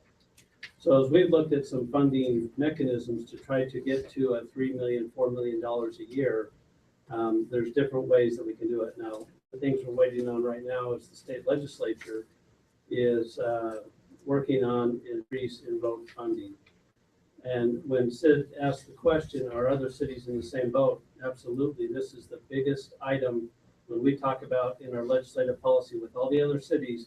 We spend more money talking about road funding than any other bill that's out there. So there's been a lot of effort to work with the state legislature because as a city, we don't control the gas tax. We don't control sales tax. We don't have an ability as a city to raise revenue outside. So to give a little recap of what's going on in the legislature as of today, now this could change in 2 days. The Senate has a bill that is just an increase in the gas tax. They want to increase it 5 cents right away, and then 1 cent per year for the next, I think, 4 or 5 years, to eventually get to a point where it's an additional 10 cents. So you go to the pump, you're not going to be paying 34.5 cents per gallon that comes back to cities. The issue with the gas tax is when we have vehicles that get better gas mileage, we have electric vehicles, we have natural gas, they're not paying, particularly electric and natural gas, they're not paying any gas tax. They're using the roads, but they're not helping fund for the maintenance of the roads. So that's something the legislature is trying to figure out and to deal with. So with what the state's proposing as a city, we've looked at that and said, that's not getting us as far as where we want to go. What it is there's no inflationary measure in that. So if we see gas prices go up, generally we'll see the gallons used go down, which means that's less revenue to the city. So in some ways we start moving backwards as opposed to forward. Now the House, and this is, let me take a step back. The Utah League of Cities and Towns, they put together a proposal initially that had a sales tax component in it, so that if you spent money in the state or in Pleasant Grove, then a quarter cent of that sales tax would go and be earmarked specifically for transportation. And this is something that the cities have supported because when you put it on sales tax, there's a little bit of an inflationary adjustment. Go up, you'll pay a little bit more sales tax. We will tend to get a little bit more revenue for roads just to cover inflation. So that's an important component of it. Now, as a quarter cent addition, the initial proposals were for the cities to get all of it. That's what the Utah League of Cities and Towns put together. As we've gone through the process, the counties are saying we want our portion, and then transit steps in and says we want our. So now the quarter cent would be split up between cities, counties, and transit. So that's not ideal. That's not something that as a city we wanted, but that is the bill that is currently in place. And to a point where the Utah League has said, we need to support something so that we can get something as opposed to fighting that to the death and seeing that bill go away and we end up with nothing. And so there's some major politics going on up on the Hill to try to determine all this. Just yesterday, the House passed their version of the bill, which in this quarter cent sales tax would be implemented in county vote of the people. So it's not the state imposing it, they're just giving the county the right to put it on the ballot for the citizens to decide if they want to be taxed additionally in order for the roads to be maintained. So, and there's a few other nuances to that bill, but that's kind of the main part of it. We don't know out of either proposal how much revenue comes to Pleasant Grove. Utah League will figure that out for us, but this is such a fluid issue. They don't have time that every time a different iteration of the bill comes out, that they can calculate it and say, okay, Pleasant Grove, you're gonna get an extra 200,000 or 400,000 or 600,000. So we don't have the answer to that just yet. The Senate's passed their bill, the House has passed their bill, and now we're assuming they're gonna sit down and kind of work out a compromise. Now, that's the hope. They have until Thursday at midnight to adopt something, because they both have passed them in their own chambers, but they have not crossed chambers yet. So that's what we're currently waiting on, is for the Senate leadership, the House leadership to sit down and to talk that over. I've been told that the Senate is not in favor of a sales tax component, meaning we don't like the House's bill. We've talked to our Senator, Al Jackson. We met with him. He is supportive of the sales tax component and the House bill. In fact, he's the floor sponsor for the Senate for this House bill. So our senator's on board. It's other senators in other areas that have said we don't like that proposal. And we don't know how the Senate's gonna, or the House is gonna react to the Senate bill, because the House is really kind of pushing what their bill is. So maybe that's more than you want to know, but that's really kind of the politics of it. This will change probably somewhat hourly as we go to tomorrow and Thursday. Right now, our position as a city has been supportive of the House version of the bill, which has the sales tax component, which we think is more revenue to us. We don't know that exactly for sure, but at least it has the inflationary component in it to help our revenues. So when we look at the grand scheme, we have $1.2 million right now. We have whatever the state legislature is going to come up with this year. We'll find out that number probably in the next so. And then we have the gap, and this will be the discussion that we'll need to have is, we want to get to 3 million a year. Do we want to get to 4 million a year? And if we have a gap of $1 million or $2 million that we need in additional revenue, the city council can impose a property tax. We could do a road. Provo City has come up with the road fee. There's a model to that, which would go on your utility bill, and is based on the number of trips that you would make, which would impact businesses probably far more than it would impact residents. There would be a fee for a resident. We'd be paying an extra $3, $4, $5 a month that would go specifically towards roads, because we know there's formulas that say in a single family home, this is how many trips you make on average. But then if we follow this model, businesses that have a lot of high ticket drive-through restaurant or something like that, they would tend to pay more of a road fee because of just all the use that they're creating with their specific business. So that takes time and money to actually calculate all that. If we want to pursue the road fee option, we would need to incorporate a study. But we already have information that ties back to our traffic impact fee. It would probably be pretty similar. So, but we would, engage a consultant to help us calculate that, and then we can present back to the council. Here's how much per month a business would pay if they're a fast food drive-through restaurant. And here's how much a single family resident would pay, depending on how much revenue we're trying to generate. So on the funding side, there's still a lot of options and things for us to talk about. And I think over the next couple months, we'll have a little better picture of things when we get in front of you. Thank you, Scott. Council, any further questions? Okay. So Scott, I've got a quick one. You threw out a couple of numbers, $3, $4, $5 to a resident. And do we have a sense of what, in my view, we're probably going to see a variety of different funding sources, some gas, some sales, some utility fee. Do we know what it would take to raise $2 million additional a year, what that would look like through the average resident? So on the road fee, we don't know that until we incorporate the study. I think Provo's was $2.50 is what they're starting with for their road fee. And part of that is that they had a bond that expired that their residents were paying on average $2.50. So they just rolled that into their fee, so that to the citizen, it was kind of neutral on what they were already paying. So my guess is they kind of backed into that number and said, how much ever that generates, we'll just take. We'll probably tackle it from a different angle where we'll say, here's the revenue mark we need to hit, and then we'll back into what that rate's going to be. But that will take a little bit further study. Any other discussion? No? Okay. All right, so stay tuned. There's more information to come, probably in about 3 to 4 weeks when we have our next update on roads and on the legislature. sorting out from what happened at the legislative session. So is this new information that's being gathered or just an interpretation from Marty or what's happening In the next one, so kind of done with his part of it. The next part is we need to know what happened with the legislative session, the bills that are being proposed. And then the math has to be done. We were presented with, at Thursday's meeting, we were presented with an actual Pleasant Grove, here's all the different things that you're gonna get, and here's what there would be. And I think what Scott is saying, that is being fluid and it's changing daily. So until the Senate and the House have come to an agreement, finished the work, and then what would it be, the accounting department there at the state that would run The Utah League. Utah League would Yeah, they'll project. take that information, they'll just send us an email saying, under the new rules, this is anticipated revenue.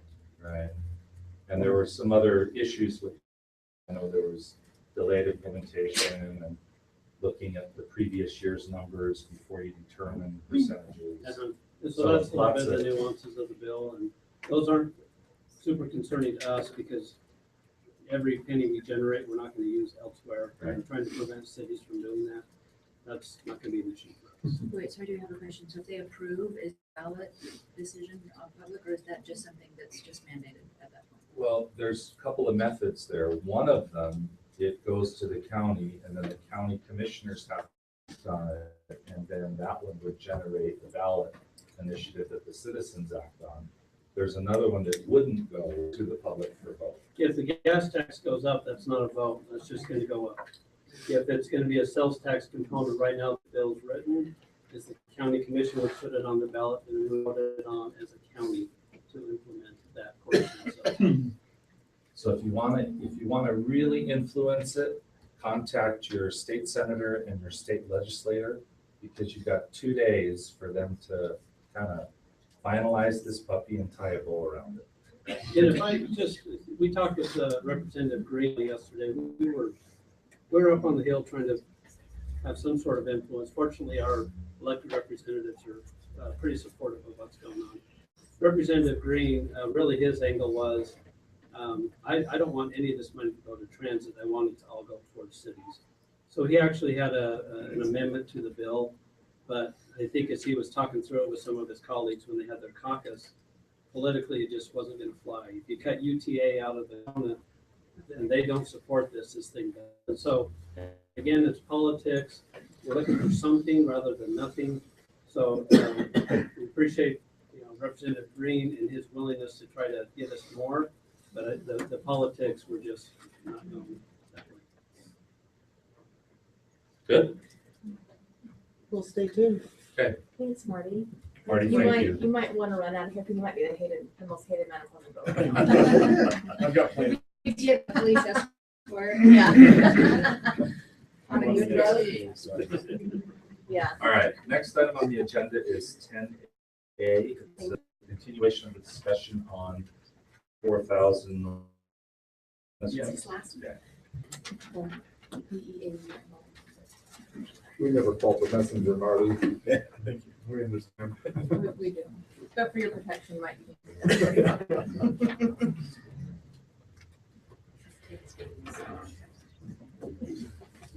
Before we get into this, if I can just make a quick public service County or announcement. state, right? a public service announcement. Run, don't.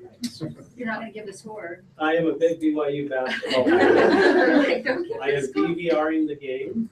I don't want to know who wins the game. Jay, do not tell us what you're watching. Diane is usually the culprit. I'm not the culprit. So no smiling, no, Is he smiling? okay. Oh, he's smiling. And stay. Because you know he's watching it right now. Just a little history, and actually there's a lot of history, and I'm only gonna be able to tell you a little bit of what I know, and others, I know Cindy's been involved in this in the past. So if I get a little bit of the history wrong, then feel free to jump in and articulate that. right now, we're looking at trying to get north in Pleasant Grove City. The last few years, at least since I've been here a little over 5 years now, there is a sewer line that currently runs through in that road. That sewer line is owned by Cedar Hills. We have been working, and it's interesting, we're going through some old minutes from 1998. Oh. And even in those minutes, it says, we've been working with them for the last 2 years to try to get hooked on to this. So we're going on almost 20 years of trying to get a resolution to have Cedar Hills allow our residents to hook onto that sewer line. I'd say a couple of years ago, 3 years ago, we got a pretty good discussion with them. At least in my opinion, we had some momentum going and things changed politically for them. And then all of a sudden that went away. We've engaged the last couple of years in conversations with various elected officials. And on their end, I don't think they've ever really had consensus on allowing us to hook on. Some want us, if our residents are going to hook on to their sewer line, they want our residents to boundary adjust into Cedar Hills. Our city council, at least up to this point, has said that's a deal killer for us. We don't want to put our residents in that position. And so we're not going to be supportive of that. So as we've worked with them, we talked about this in our retreat in January. The mayor said, well, let's get it in front of the city council and talk once and for all. If the city is willing to put this line in, and if we do put this line in, who's going to pay for it? So we've been working on our research to determine what the city and how the city has handled this in the past. So I can give you a little bit of history. I asked Dagan and our guide, how many sewer lines do we as a city put in? Generally speaking, developers come in, they develop, they're the ones who put in the infrastructure, then they deed it over to the city. But there is a track record of the city putting in services. Pleasant Grove Boulevard is a good example that we put in and we paid as a city for the sewer line to run into Grove Boulevard. I did a write-up of this, and it's in it's not a packet, it's in your council packet tab on the Dropbox. And I just titled this 4,000 North Sewer History, which goes into when we've paid. So this is probably in the last 20 years. Pleasant Grove Boulevard was done right around 2001, 2002. We had another road in town, 180 West, where we had to approach the city and say, we want a sewer line to hook onto. And so we created a special improvement district for them, meaning we fronted the money as a city with sewer line in, and then they pay us back over time. So in fact, they've almost, this was done in 2006, so they're almost done paying for this. But over 10 years, on their utility bill, they have a little assessment fee that they are paying for their portion of the sewer to go in.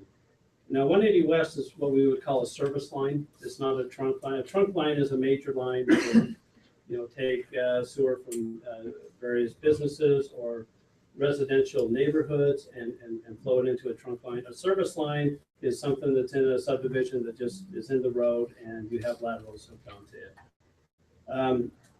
So that was, so PG Boulevard, we just put it in as a city.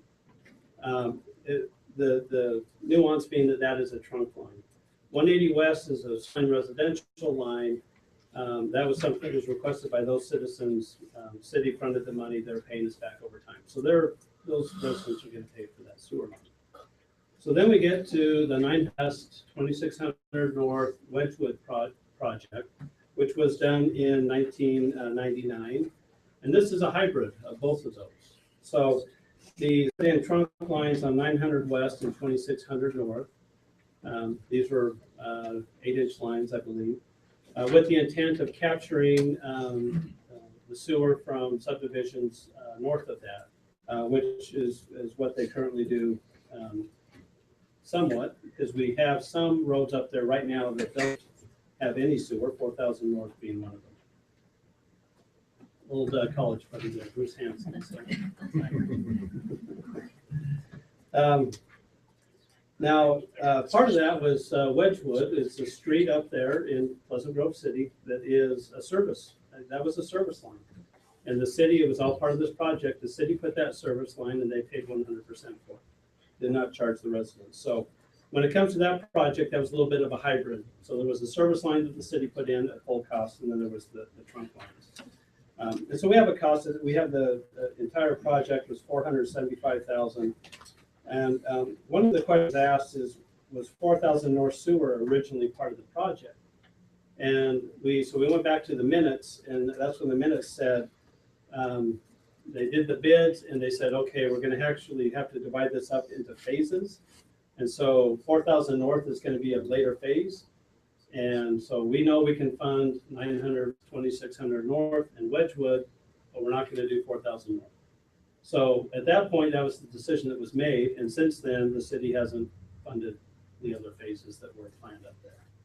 So this is the discussion at the time, again, back in 1999, as to how that was going to be handled. So what we've done is we have a current estimate for cost of sewer in 4,000 North, and that's in your packet here.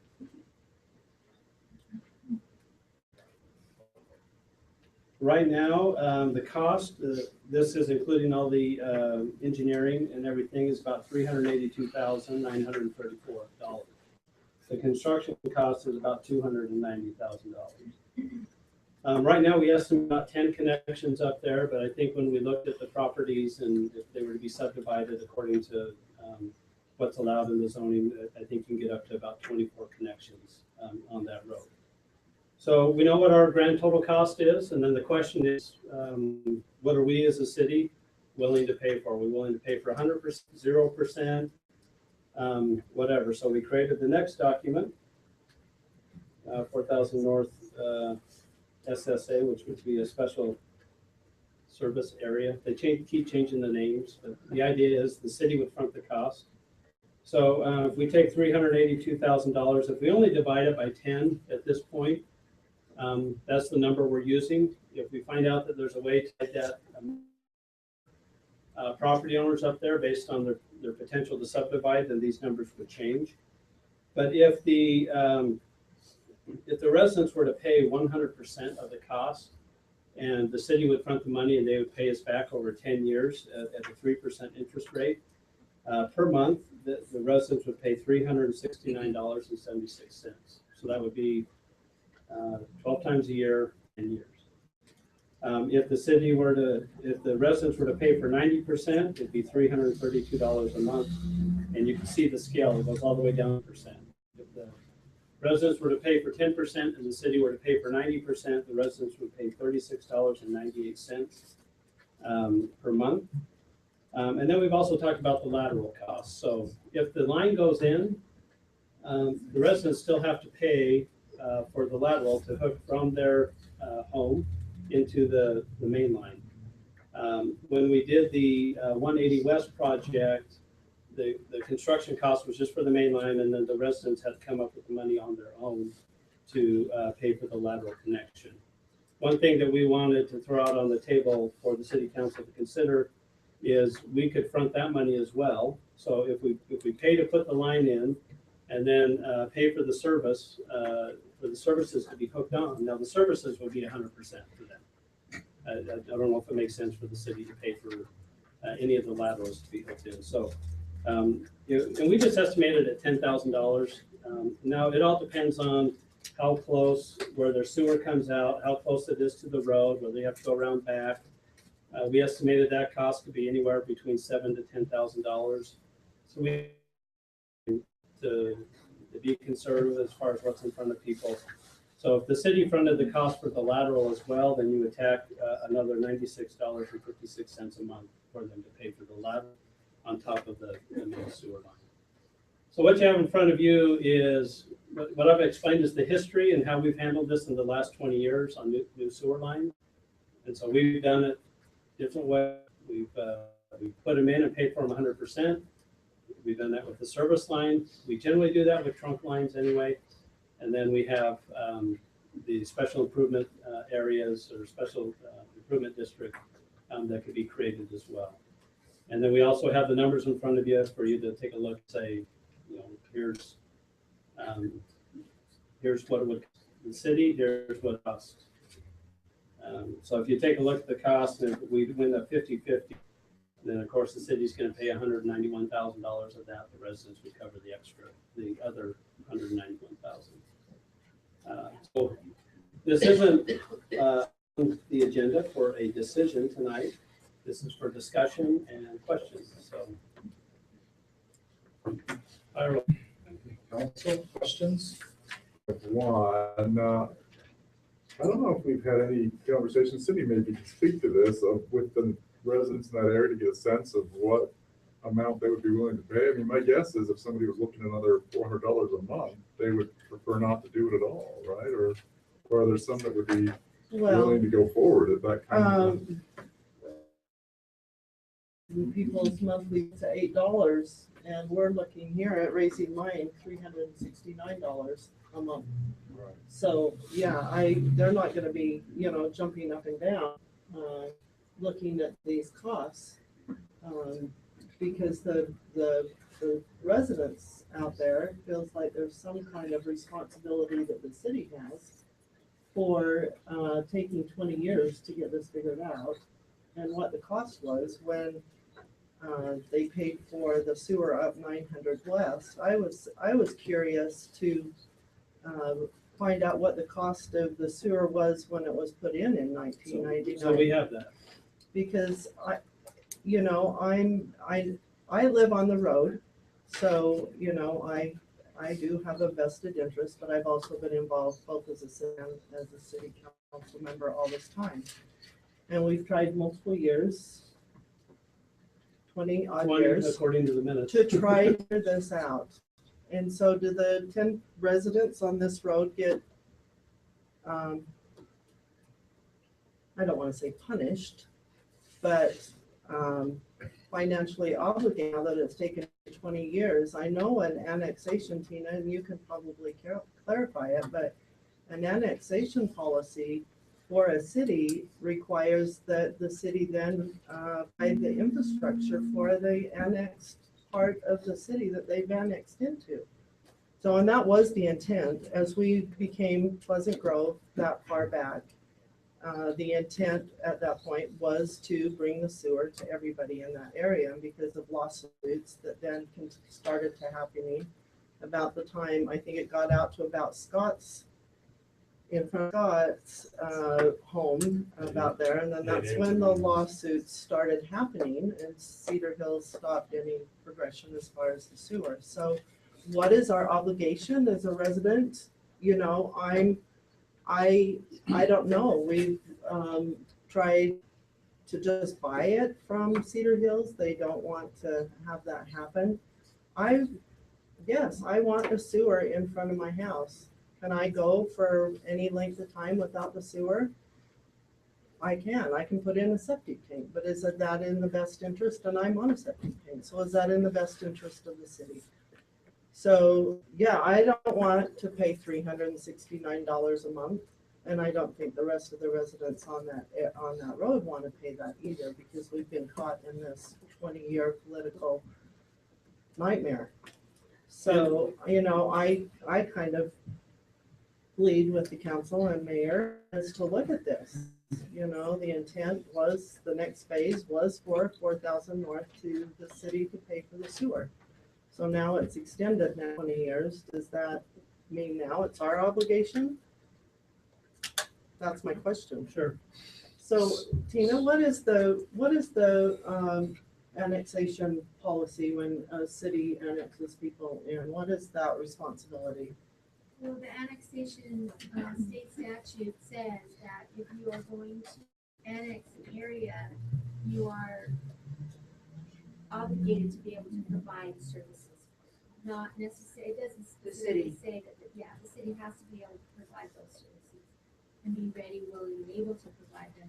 It doesn't say anything about who pays for those services, but it does say that the city has to be ready, willing, and able to provide those for this annexed area. Right, and I feel, you know, under the circumstances, I would like to see what make and I'm only speaking for myself, but we've been in this discussion about the finances for this sewer before. And other residents there would like to have it as minimal as possible, of course, because, you know, we've got caught in this cross wars for 20 years. But they also feel an obligation and have the laterals put in, and that responsibility would be to the meaning that we would like to see the city put that in our laterals, but we would be responsible for it 100%. I don't want to see us put the sewer up and then nobody up to it. You know what I mean? I think so. We can't afford it. We're not going to hook up. So somewhere we got to work out costs plus our obligation to laterals. And if the city can do that, spread out over the 10 years, I think it's kind of a win-win situation. Because then we will get hooked up. Just a question, so 180 West, annex that as a city? That, well, I don't know, That was annexed, that was county. I'm sure it was developed county. in the subdivision there, that was missing sewer was developed county. Right. When I built, I was in the county, so the annexation came in after that time. Well, I can say that when the Midwest project was done, it was my understanding that the intent at that time was to do the entire project and not build a residence. So we got stopped because we got TRO on the Yeah. The minutes didn't address that. That probably would have been executive session, so the minutes did just say we don't have enough money to fund all of this, and so we're just gonna do phase 1. And that was what got put in, and then out of phase 2 and 3 just never happened. Okay, so catch me up here. Okay. So I have a sewer pipe in 4,000 North. It was put in by Cedar Hills. That was put in by the PRI or the LDS It church, was put in by the church. and then they, the Cedar Hills. Then the they church deeded it gave to it to Cedar Hills. Yeah. So they deeded it to, so Cedar Hills didn't pay money for it. Cedar Hills required them to put in to service a chapel that was up there. Once that church, they ended up running it somewhere else, and so they're not using them. I don't think they even connected it to Actually, what the original intent was. let me clarify a little bit about that. So the church, someone bought all the land east of the highway up there. At some point, they couldn't pay like the taxes and all that. They deeded it, or not deeded it, Donated in it. kind, Yeah. in kind donated it to the church. At that point, the church then determining where it was going to be also was the county. It was going to be Cedar Hills. They actually talked to Pleasant Grove, but it was determined that was going to become Cedar Hills at that point. At that point, PRI put the sewer in the road long before it was even in Cedar Hills, or we were in the county. So the church put that sewer in, and then they gave it over to Cedar Hills. That sewer is not used. So the sewer, so the first pipe intent, is not yeah, used. Well, they except they for have three connections That's on right. the very west side. So it went nearly to the top of the road. And that was gonna be, at one point, their main line for all of those homes coming off of the mountain. But at some point, they decided to build a much larger trunk line that went all the way down the east side of the home, across the canal and down that way. So our sewer up till, that sewer on 4,000 North, up to about 2 years ago, has never been used. And now there's only 3 homes on the very far west side that is utilizing the sewer. It's empty, but Okay, And, so sorry, so that went in before that was annexed into Pleasant Road. So they put that's why it's in our road. It annexes, so they're now in Pleasant Grove City, but the sewer line was in Cedar Hills. The whole time. Lose him? No. He's back. Okay. okay.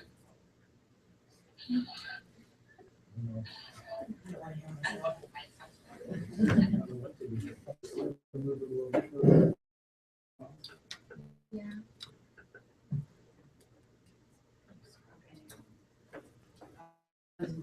So have we offered to buy the sewer from City Hills? Yeah. That was declined, but, and when was the last time we did that? We sent them a letter. January, February, March, April. I think our latest letter, October, November, yes. our latest letter, I think, was last fall. And that was just to reiterate, So we are, this current council in Cedar Hills has denied a purchase. yes. Well, They yes. restricted it with conditions. They want us to boundary adjust homes there at the time of sale or the passing of the owners of those homes. And so they've had conditions that have been in addition to what we have wanted. So they So if you want to get me have, off the city council, you can agree with that. so they officially have not responded to our letter. Now, we've talked with a couple council members, we've Okay, talked with the city and I manager. remember that part. I didn't know if that was So, about the intent of. As a city, they have not said, at least our latest letter, they have not responded and said, here's the conditions. The main conditions that they have told us over the last 20 years. So whether that's how they currently feel, we don't know because they still have not responded. And when I talked to their city manager, and they talked about it in their retreat in January, he says, my council's all over the place. He says, so I can't give you a straight answer as to what. I think a couple council members are okay, they're just, we pay for a portion of that line that we let her run down. I think there's other council members that have conditions and things they want to tie to it, but we don't have anything officially in writing response to our original letter. So today we can't say where we're at. And that's why it's in front of you, because we could do this another 20 years, I think. So either we as a city pay or have pay for a portion, whatever, do the special improvement Are we district. like, can we do squatters rights at that point? That's appropriate for a Location, sewer line. location. Just hook people on and, yeah.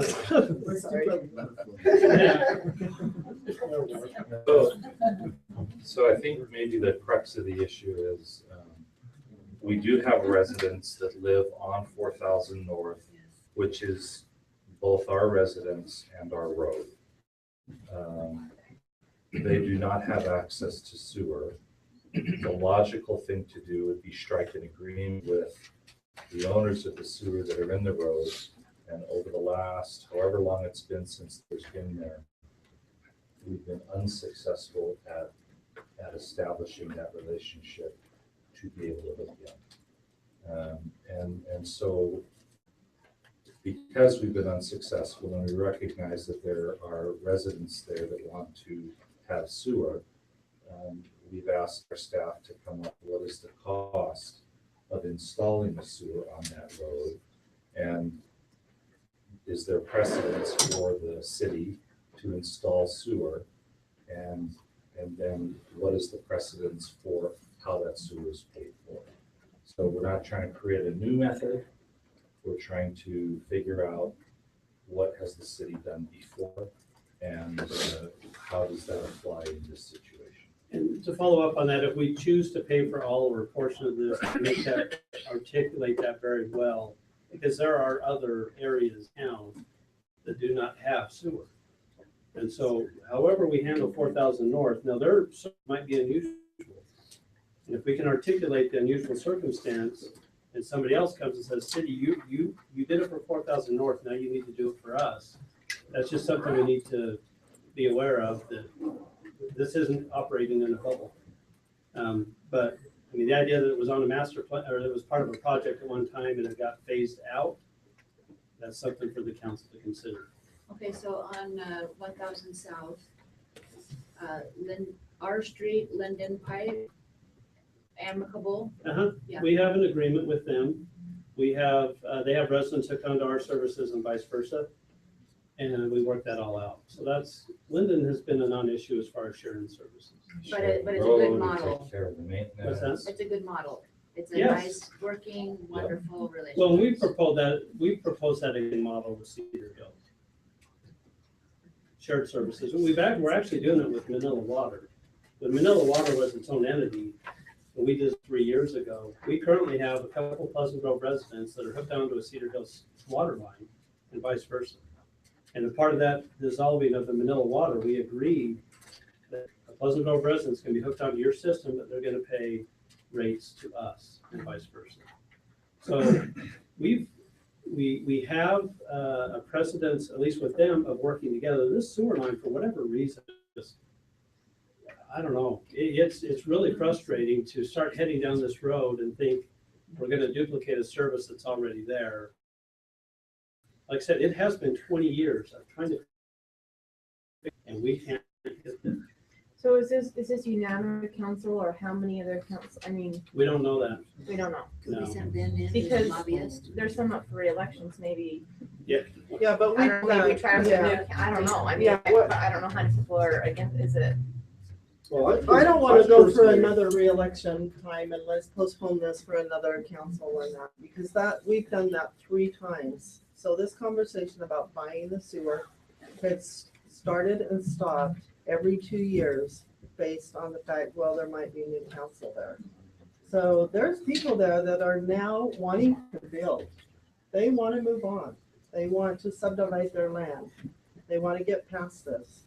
So to say, let's wait until a new council comes on, you know, for me, yeah, that's like, we've been there, we've done that. Well, for 20 years, how many new councils have that been? Has that been? We've talked about annexation, de-annexation. Yeah, we've talked about service Initiated by the lines. cities, initiated by individuals. We've talked about hybrids fees for being able to put on. We've talked about buying the sewer. We've talked about building our own sewer. Service We've gone lines. through, and it's been 20 years. The city of Pleasant Grove, I think, has been amenable to multiple possible solutions. The answer's been pretty much no or untenable for those. And so when we talked about this last fall, back from the council was, let's get on their agenda and address them as a body. Yeah. So that we can look each one of them in the eye and say, where are you at with this? So that we can get answers and try to get on their agenda. And they said, No, we don't want you to come. Well, they have an open session, right? They do. But we can't force an answer. So Cindy and I have been to lunch, I've talked to the Cedar Hills City Council yeah, because I've talked to it doesn't make any sense. It's in their interest to take some money from us. That would be a small fraction of what we would cost us to put in a redundant sewer line. So there's gotta be a solution there. But it's true that we have put bright minds on trying to work something out for a very, very long time. And they have responded, and that's mystifying to me. They ought to at least respond to our letters, so. So we How to talked, force that? I don't yeah. know. Well, Maybe this is how we force it. Maybe this, us moving forward is the way to. yeah, so there's a couple things going on there. I mean, one, there is a political a way to approach this, and that would be individually talking to their members, as you as individual council members, to say, where are you at, and getting that, because they have not acted as a body. They haven't responded as a body.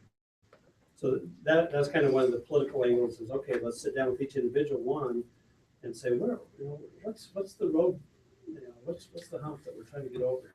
That's one way. Another way could be, okay, we're gonna proceed as a city and we're gonna work through this. And I don't know if that would eventually wake them up and say, well, gosh, we're gonna put another line in, we might as well sell them half of our line or whatever. But we'll start expending in order to put plans together and do those things. And so, I don't know if this is some sort of game of chicken or whatever it is, but that's been the frustration for the whole thing, really. The ones I've talked to have very amenable, but they haven't acted as a body, and that's the challenge. I was gonna say, the issue is they don't need anything, they hold all the cards, there's no incentive for them to act. And if it's going to cause consternation of whatever, then they don't need to give us an answer, they don't need to come to the table, they're happy to do what they're doing. That's why we're not getting any progress. But they could get a lump sum. Yeah, our incentive was to pay for half the one. So at the risk of Individually wealthy. cutting it short, I mean, it's safe to say that for 20 years, multiple groups of people have attempted to negotiate this deal, and really what it comes back down to is the city of Pleasant Grove going to provide this service to its residents in this area, and then the resulting ramifications that might have in other areas of the city of Pleasant Grove. That's right. So tonight's not a decision-making night, it's an item of discussion. It's probably something that we should ponder. If you have individual questions, it'd be good to sit down with those that have done the research. Cindy has been involved nonstop. I've had some background on this. It's jarring. There are others that have been involved that are, plenty of people to talk to. But if we could maybe not hold it tonight, and then at a future date when the council is ready, we bring it back and make the decision on how we're gonna proceed, if we're gonna proceed. Yeah, so if individual members want to meet with us to, look at a little bit closer at the numbers, we can do that. Most of what you have is right in front of you. Again, Cindy's the best when it comes to the history as opposed to anybody on the staff who none of us long enough to get through that 20-year cycle. So, but this is something we could bring back middle to late April. I don't want us to wait forever. At least from my perspective, we'll get it back in front of you. Can you also please look at the circumstances surrounding this, and if it's unique enough that it would not trigger just widespread construction of sewer? Yeah, the one piece that I don't have right now that we need to figure out is how many other residents do we have in our community that don't have access to sewer. We need to figure that out and where we're at. Right. And then we can look at those circumstances to see if there's unique quality. So I don't have that right now today, but we'll get that information. Thank you. Do you folks want to have any more discussion on this one? Okay. No, Yes. Yeah. Talked about that design being a city project. Yes. That was the best that the minutes could tell us. Well, and Marty's here. I mean, Marty didn't do the project, but JUB did the project. That's too young. It was in grade school. You're kind of on this, Jay. Can you say it again? The city doesn't do sewer. Why was the city putting sewer in the street? Explain that. So the main part of the project was a trunk line. So that is the city in the past has put in. What we generally don't put in is a service line that would only service a particular street in a residential subdivision. But in that same project that we did Wedgewood, which is exactly that, it's just one street in the subdivision that we put the service line in and paid for. So we, as far. Not any trunk lines. Say that again? Did not put in any trunk lines. The city has not put in any trunk. They put in. Yeah. Yes, Yeah. we have put in trunk lines. 100%. Well, I don't know about that. So Jay, Have there been like 1650 West? Is that a trunk line? What we would deem a trunk line? I don't know.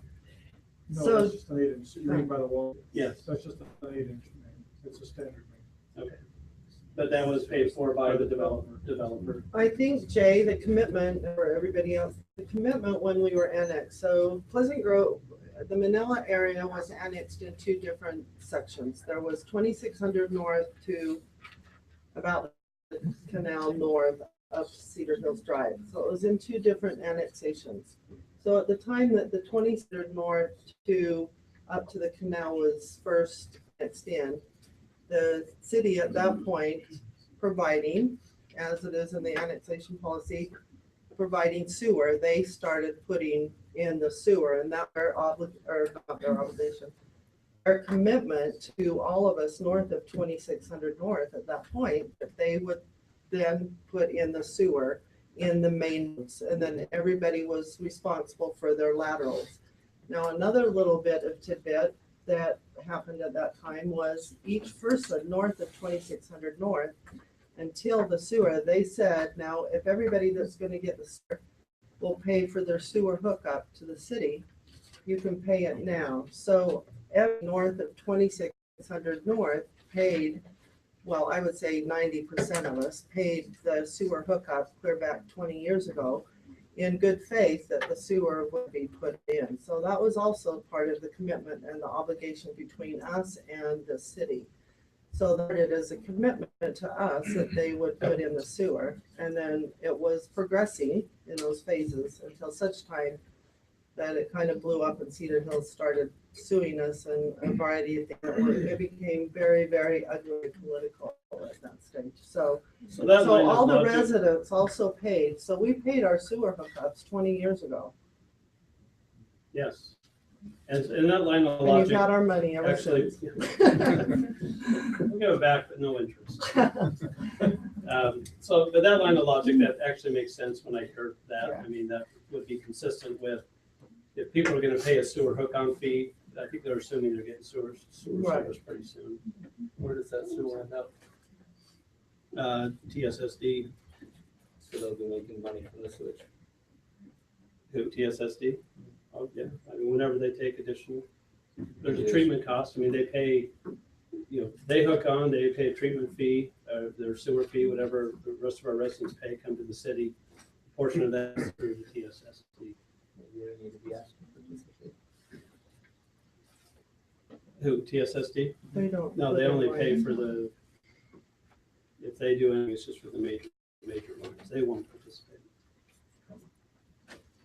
It might behoove us to, between now and April, to make one last concerted effort to have each of us connect with one council member on Cedar Hills and get their opinion and have that, and see if we can't take to figure out why there is a roadblock to getting a response from them. Yeah, I think that'd be great. I think from our track record, let's not allow any process. But I think that is wise to engage on a one-on-one with them to see if you can get answers. As a body, we don't. You guys want to take that then? Each of you pick one of the I council think we're all members. gonna pick the same one because he's Yeah, the most well, fun. there you And I'd be glad to meet with you as a coordination with whoever we want. We've talked about doing so, Sid and I and Diana. So I'm happy to, as long as we're simultaneously doing that with moving forward. Yeah, and just if you do, just 2 of you at a time, don't get 3 of you doing it, just to stay with the Open Meetings Act. But yeah, to get any sort of feedback at this point would be wonderful. Everyone for the conversation and discussion. I do have one question, and I'm just asking this so I can protect Cindy. If this is a financial decision for her neck of the woods, is there a point where any conversation that we have about that will affect her financially? Would she need to recruit herself? Well, she just needs to state, Tina, Which I've stated she multiple just has times. to state her Yes. conflict, and then from there she has to decide whether she refuses or not. Stay tuned. All right, let's move on then to number 11, which is a discussion of next week's meeting. We'll have the 2 sets of minutes and the paid vouchers. John Shees from Horrocks will present where we are with the 2015 water, meaning the water snow, is that right? Yeah, the water, snow the report. water that's not up there. We'll talk about how much is not up there. Okay. Then the action items ready for vote, these are 8A and B. To consider for adoption, resolution 2015-08, adopting the water management and conservation plan. How appropriate. To No, be right that after was the the thing that report. we were in the Herald about. That was new to the state. Okay. And you'll be presenting that one, Dayton? We'll have John there. Okay. It'll be a team effort. And then item B, 8B would be to consider for adoption resolution 2015-09, adopting the sewer system management plan and providing for an effective date. Same thing for the other end. Okay. Any questions on those? Yeah. He's an engineer, give him some credit. I thought that was creative. It was very creative. All right. I'm surprised I got it. All right, section 9 would be action items that will have public discussion.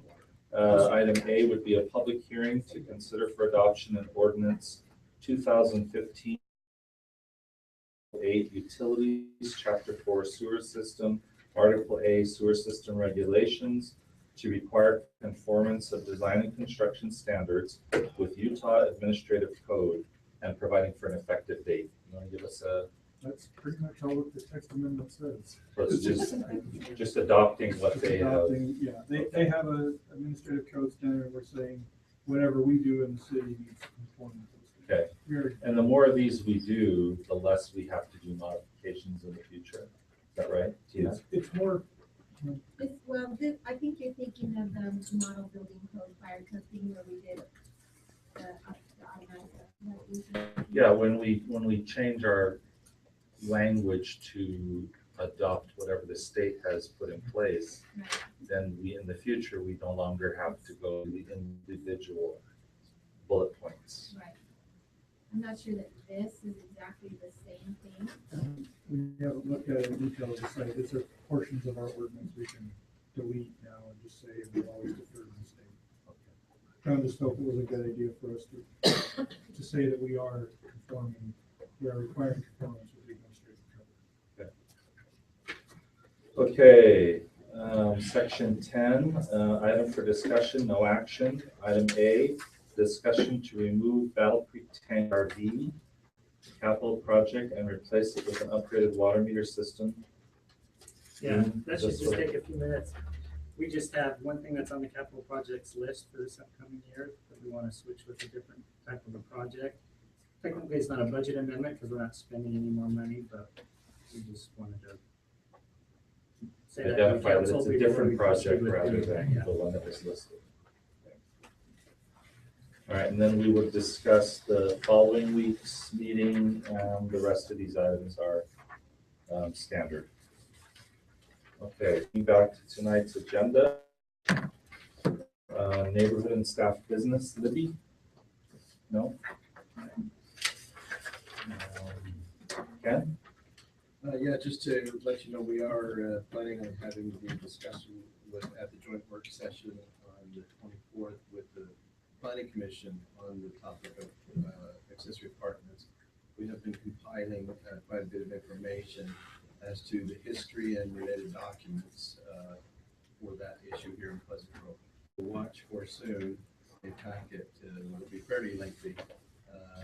We'll have a summary up front, but then there'll be a lot of attached documents in relation to it. Okay, sounds good. Thank you. Anything else, Ken? Okay, David? Oh, yes, I'm sorry. There is something else. Sorry. We had intended to do something at the open session, but we just we were a little bit late on having the ability to do that. Wanted to present a service award to James Malone, who I just tapped on the shoulder. Dave, why don't you come forward? James Malone has done quite a bit of service with the city, both on the Board of Adjustment and Planning Commission, most recently as chair of the Planning Commission. And he has resigned from his position, and we just wanted to recognize the service that he's given since 2009, so 6 years worth of service, both on the Board of Adjustment and Planning Commission. So we really appreciate all that. Thank you. I just want to say thanks, and it was what a joy it was to work on with the city. With everybody, everybody had, everybody should get on board and try to volunteer somehow. So, but thank you guys. Thank you. Appreciate it. Anything else, Ken? Okay, David? Lovely to report. Okay, Dion? Lynn? Nothing? Okay. Mike? We have, if you haven't noticed on our Facebook page or on the website, we listed our Citizens Academy. It starts in April and will be Wednesday nights for 7 weeks. If you're interested, I think most of the council's been. I know that. Yeah, so if you're You're calling interested, me out right there in public. maybe. I've done it. So if you're interested, I would highly recommend it. We've great reviews from everybody that's went. It's good times. A lot to learn, a lot of fun. So if you would like to do it, there's applications online or get with me. The class is actually filling up fairly fast. Unfortunately, we have to limit it to what we can handle. That's about 25, 30 students right in that area. So But, you know, not to Wednesdays go at to how- anybody. That's at what what's open time? to the citizens, any citizens. It starts at, Isn't that 6? I think it is 6 o'clock, And how long does it run? 2 hours. 2 hours. 2 hours. There's one One Saturday. more night, I don't have to be home. I love it. There's one Saturday that you do in Grange Day. That's probably one of the funnest days. I think the gas station will go up and shoot all sorts of cool weapons. So get with me as soon as possible if you want. I can get you applications. There is a brief, a small background check. So you know, if there's something there that you don't want us to know. Can we get our concealed carry when we're done with this class? No, sorry. Yeah, the first class. No, I want to volunteer. I don't want that. I know. Hey, I did the Facebook taste and like thing. 10 seconds. It is amazing how long you think the time has gone. In such a half a second. Your recovery time. It's like half a second and you can't. You have to get taste. There was one year that. No, you don't. When we started. Oh, no, let's not It's about not it. recovery. No. You want to. Later. We does. We thought no one would take us up on that. First year that we did, it was a smart class. I think it was the second year, it's like all of his hands started going up. And I'm like, what? And then I got a little worried about somebody getting hurt. Now I'm a big wuss. I don't really like citizens. Anyway, get with me, and again, that's open to anybody. Thanks, Mike. Any? Sure. From, let's see, March 7th through April 18th, In and Out is sponsoring a program for the library. So for kids ages, excuse me, 4 through 12, they can register at the library for this program, and then for every 5 books they read or have read to them, receive an achievement award, which entitles them to a hamburger or a cheeseburger at In and Out. And they can do that 3 times during that time. Oh. So, That's cool. Well, anybody have it's not kids? 43. You have to read 5 books.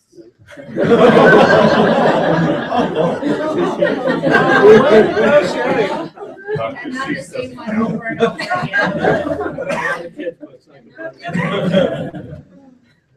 You want to talk about just your circulation?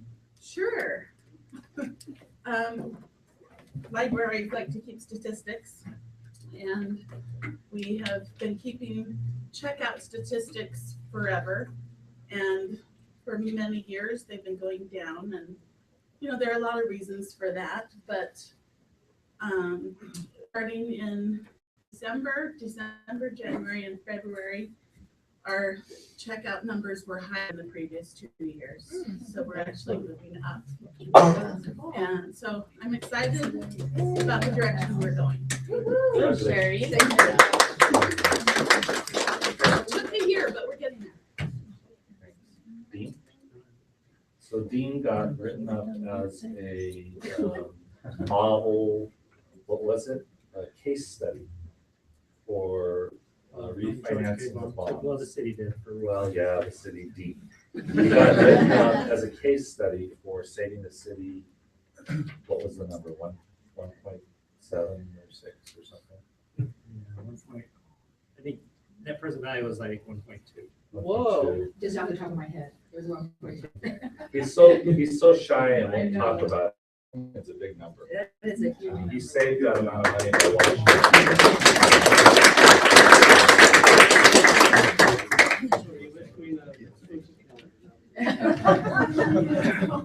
That was a Weird. Okay.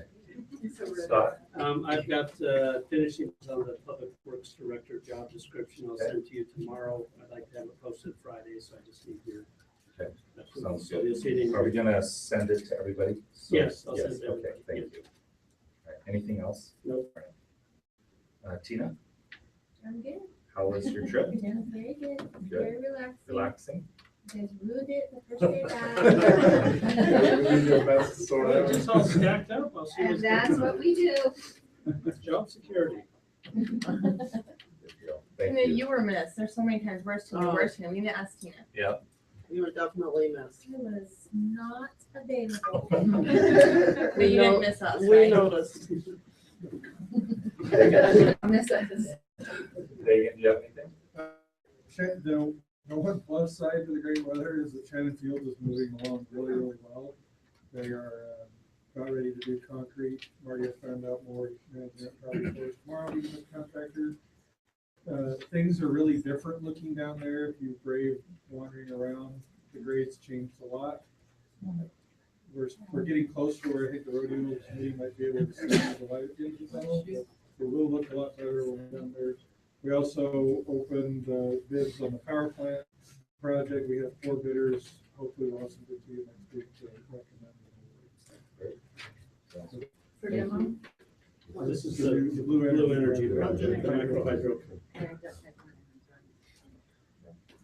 Anything else, Megan? Kathy? Jay? I am signing off though. Okay. Thank you. Thanks. Sam? Yes, I have something. It's gonna take me a minute, so bear with me. After public comment time, I left and went home, and at 2 a.m. discovered that I was in an abusive relationship with public comment time. So, started thinking and I started listening. I went back and I listened to every minute of a council meeting back to January 6th. And so that's 312 minutes of public time. And I have some common complaints. But before I want to tell a story. And Scott and did Jim leave? No, he's still here. I was on planning commission and I lost my composure once. And probably just once, we'll just settle it down. But what happened is that there was, I listened for, 2 hours of about 100 people that said exactly the same thing. And at the end of that, the gentleman that had a request, it was for a conditional use permit. He had every right to have what he was asking. The citizens banded together beforehand, came up to the mic, and the one complaint was that they didn't want him to have what he wanted because they're on the street. And so after 2 hours of listening to it, I actually just said, get your freaking kids off the street. And the residents went ballistic, and it turned into a bad situation. So I listened to every minute of public comment time, and this is what I've heard repeatedly. You're dividing, this is directed at city council. You're dividing the city, you're not listening. 312 minutes, by the way. I can't trust you. And by the way, when every time somebody say you're not listening, I could just hear Bassini say, I don't think it means what you think it means. I can't trust you. You are trying to be in control. You have an agenda. You're not transparent, and personal attacks. And so I would really like to propose. So that's, by the way, there were 90 complaints. And in those 312 minutes, there were 15 suggestions. 15 times somebody came to the mic and actually had a suggestion on how to solve a problem. So I'm begging right now. I'm proposing that we note those common complaints. They have now been stated. They've been written up. And if you have something more to add, I would love to hear you.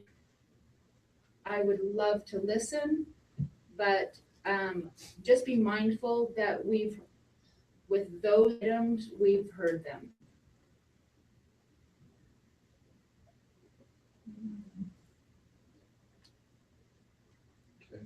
I'm done.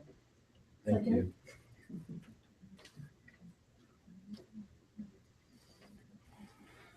Thank you. Okay, Ben? I'm good. Sid? Second what Diana said, appreciate that.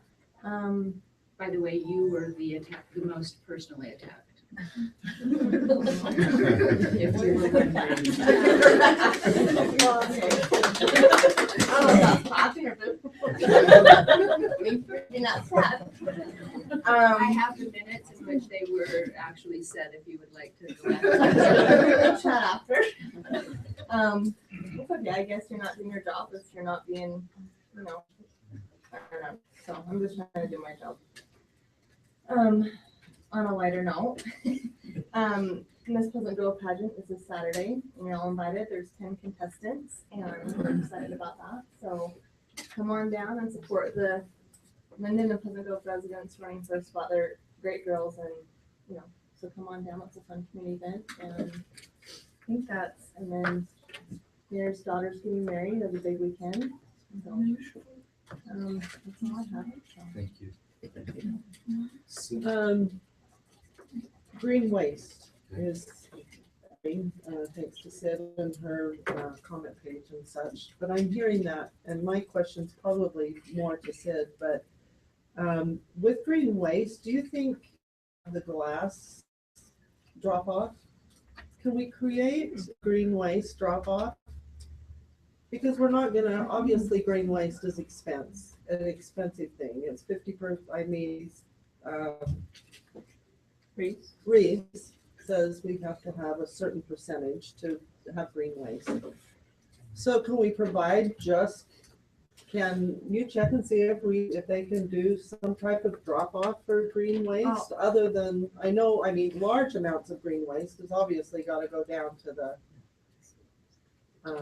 people are going to haul out in trailers down to the dump. But what about a small type green waste for residential areas? Is that something? I've been in contact with them today about other questions, Yeah. but anyways, I'll email them right now. I know a lot of people that have green waste just haul it up in a trailer and take it down, but for those in residential areas that don't have the trailers or trucks or whatever. The only problem is it could get expensive because it gets smelly so fast, Right, and if I had a lid, it might be okay, but he was saying when I asked him the question, how often would a pickup have to be for green waste? He said it would have to be a weekly service. So it would just To individual homes. To individual homes. There would have to be a minimum 500 homes Right. for them to be able to do the service. And then depending on how many after 500, he's going to get me a number on a minimum number as well. But I'll ask him. Places throughout the city for drop. Okay. I'll ask him right now. Okay. Anything else? Okay. Yes, we do have a wedding this Saturday. The unusual thing, and I guess it's a blessing for me, is I get to perform the wedding of my daughter, which is kind of a mixed blessing. It's going to be a little hard. If you did not receive an invitation and you feel close to my daughter or my family, you are invited. We're cheap, so we didn't send some people. We just got the wrong address and the invitation came back, and others it might have been an oversight. But if you want to come, the wedding will be up at the Stonegate Reception Center. I believe at, I don't know what time it is. 6 to 8. Okay, just show up. You don't even have to bring a gift. We're having pulled pork sandwiches. It's great. I probably third what Diana said earlier. Just from this perspective, I'm not aware that the council's attacking each other. No. And I felt like by the time we were done with them, we had a good discussion. And then it was very unfortunate to read afterward that we're divided somehow, that we're trying to divide ourselves or that we are divided. And I didn't feel that. I felt like we had had a healthy discussion and we're just trying to solve some problems for the citizens. I usually always feel that way after we talk.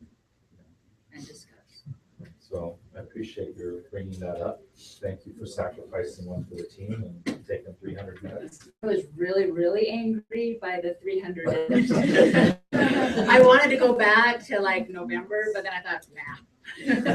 You made your point. You did. On the other hand, I do want to say that I welcome the input. I've learned a lot from comments that have been made. I'm not a perfect individual, and kinds of things I can say are perceived one way and interpreted one way. When it's articulated, strung to it, and spit out, I may not agree with what's said, but I do read them. I just don't comment because I really don't want to add to the public damage that's going on. I think damage that our citizens are experiencing is enough. I don't want to add to that. So blast away, but know that I'm reading it. I just don't feel like contributing to the fight. I don't think that's what we're here about. I appreciated Eric's sensible comments that came out this last week. I thought that was very well received. A lot of people enjoyed what you said. Other people have said other things too. I would just ask that the community work together, promoting a positive, healthy environment where we can solve problems and move forward. Are we laughing, Scott? I'm sorry. No, this is good stuff. Okay. So, I'm just, it's 8:27. It's halftime. and we are there. There's a basketball All right. game. Thank That for put the- me in words. I have a question for Scott. If your wife goes in labor during, no. Good luck to her. If she has a neighbor that will take her. She knows. What do we have? Okay, we have no plats.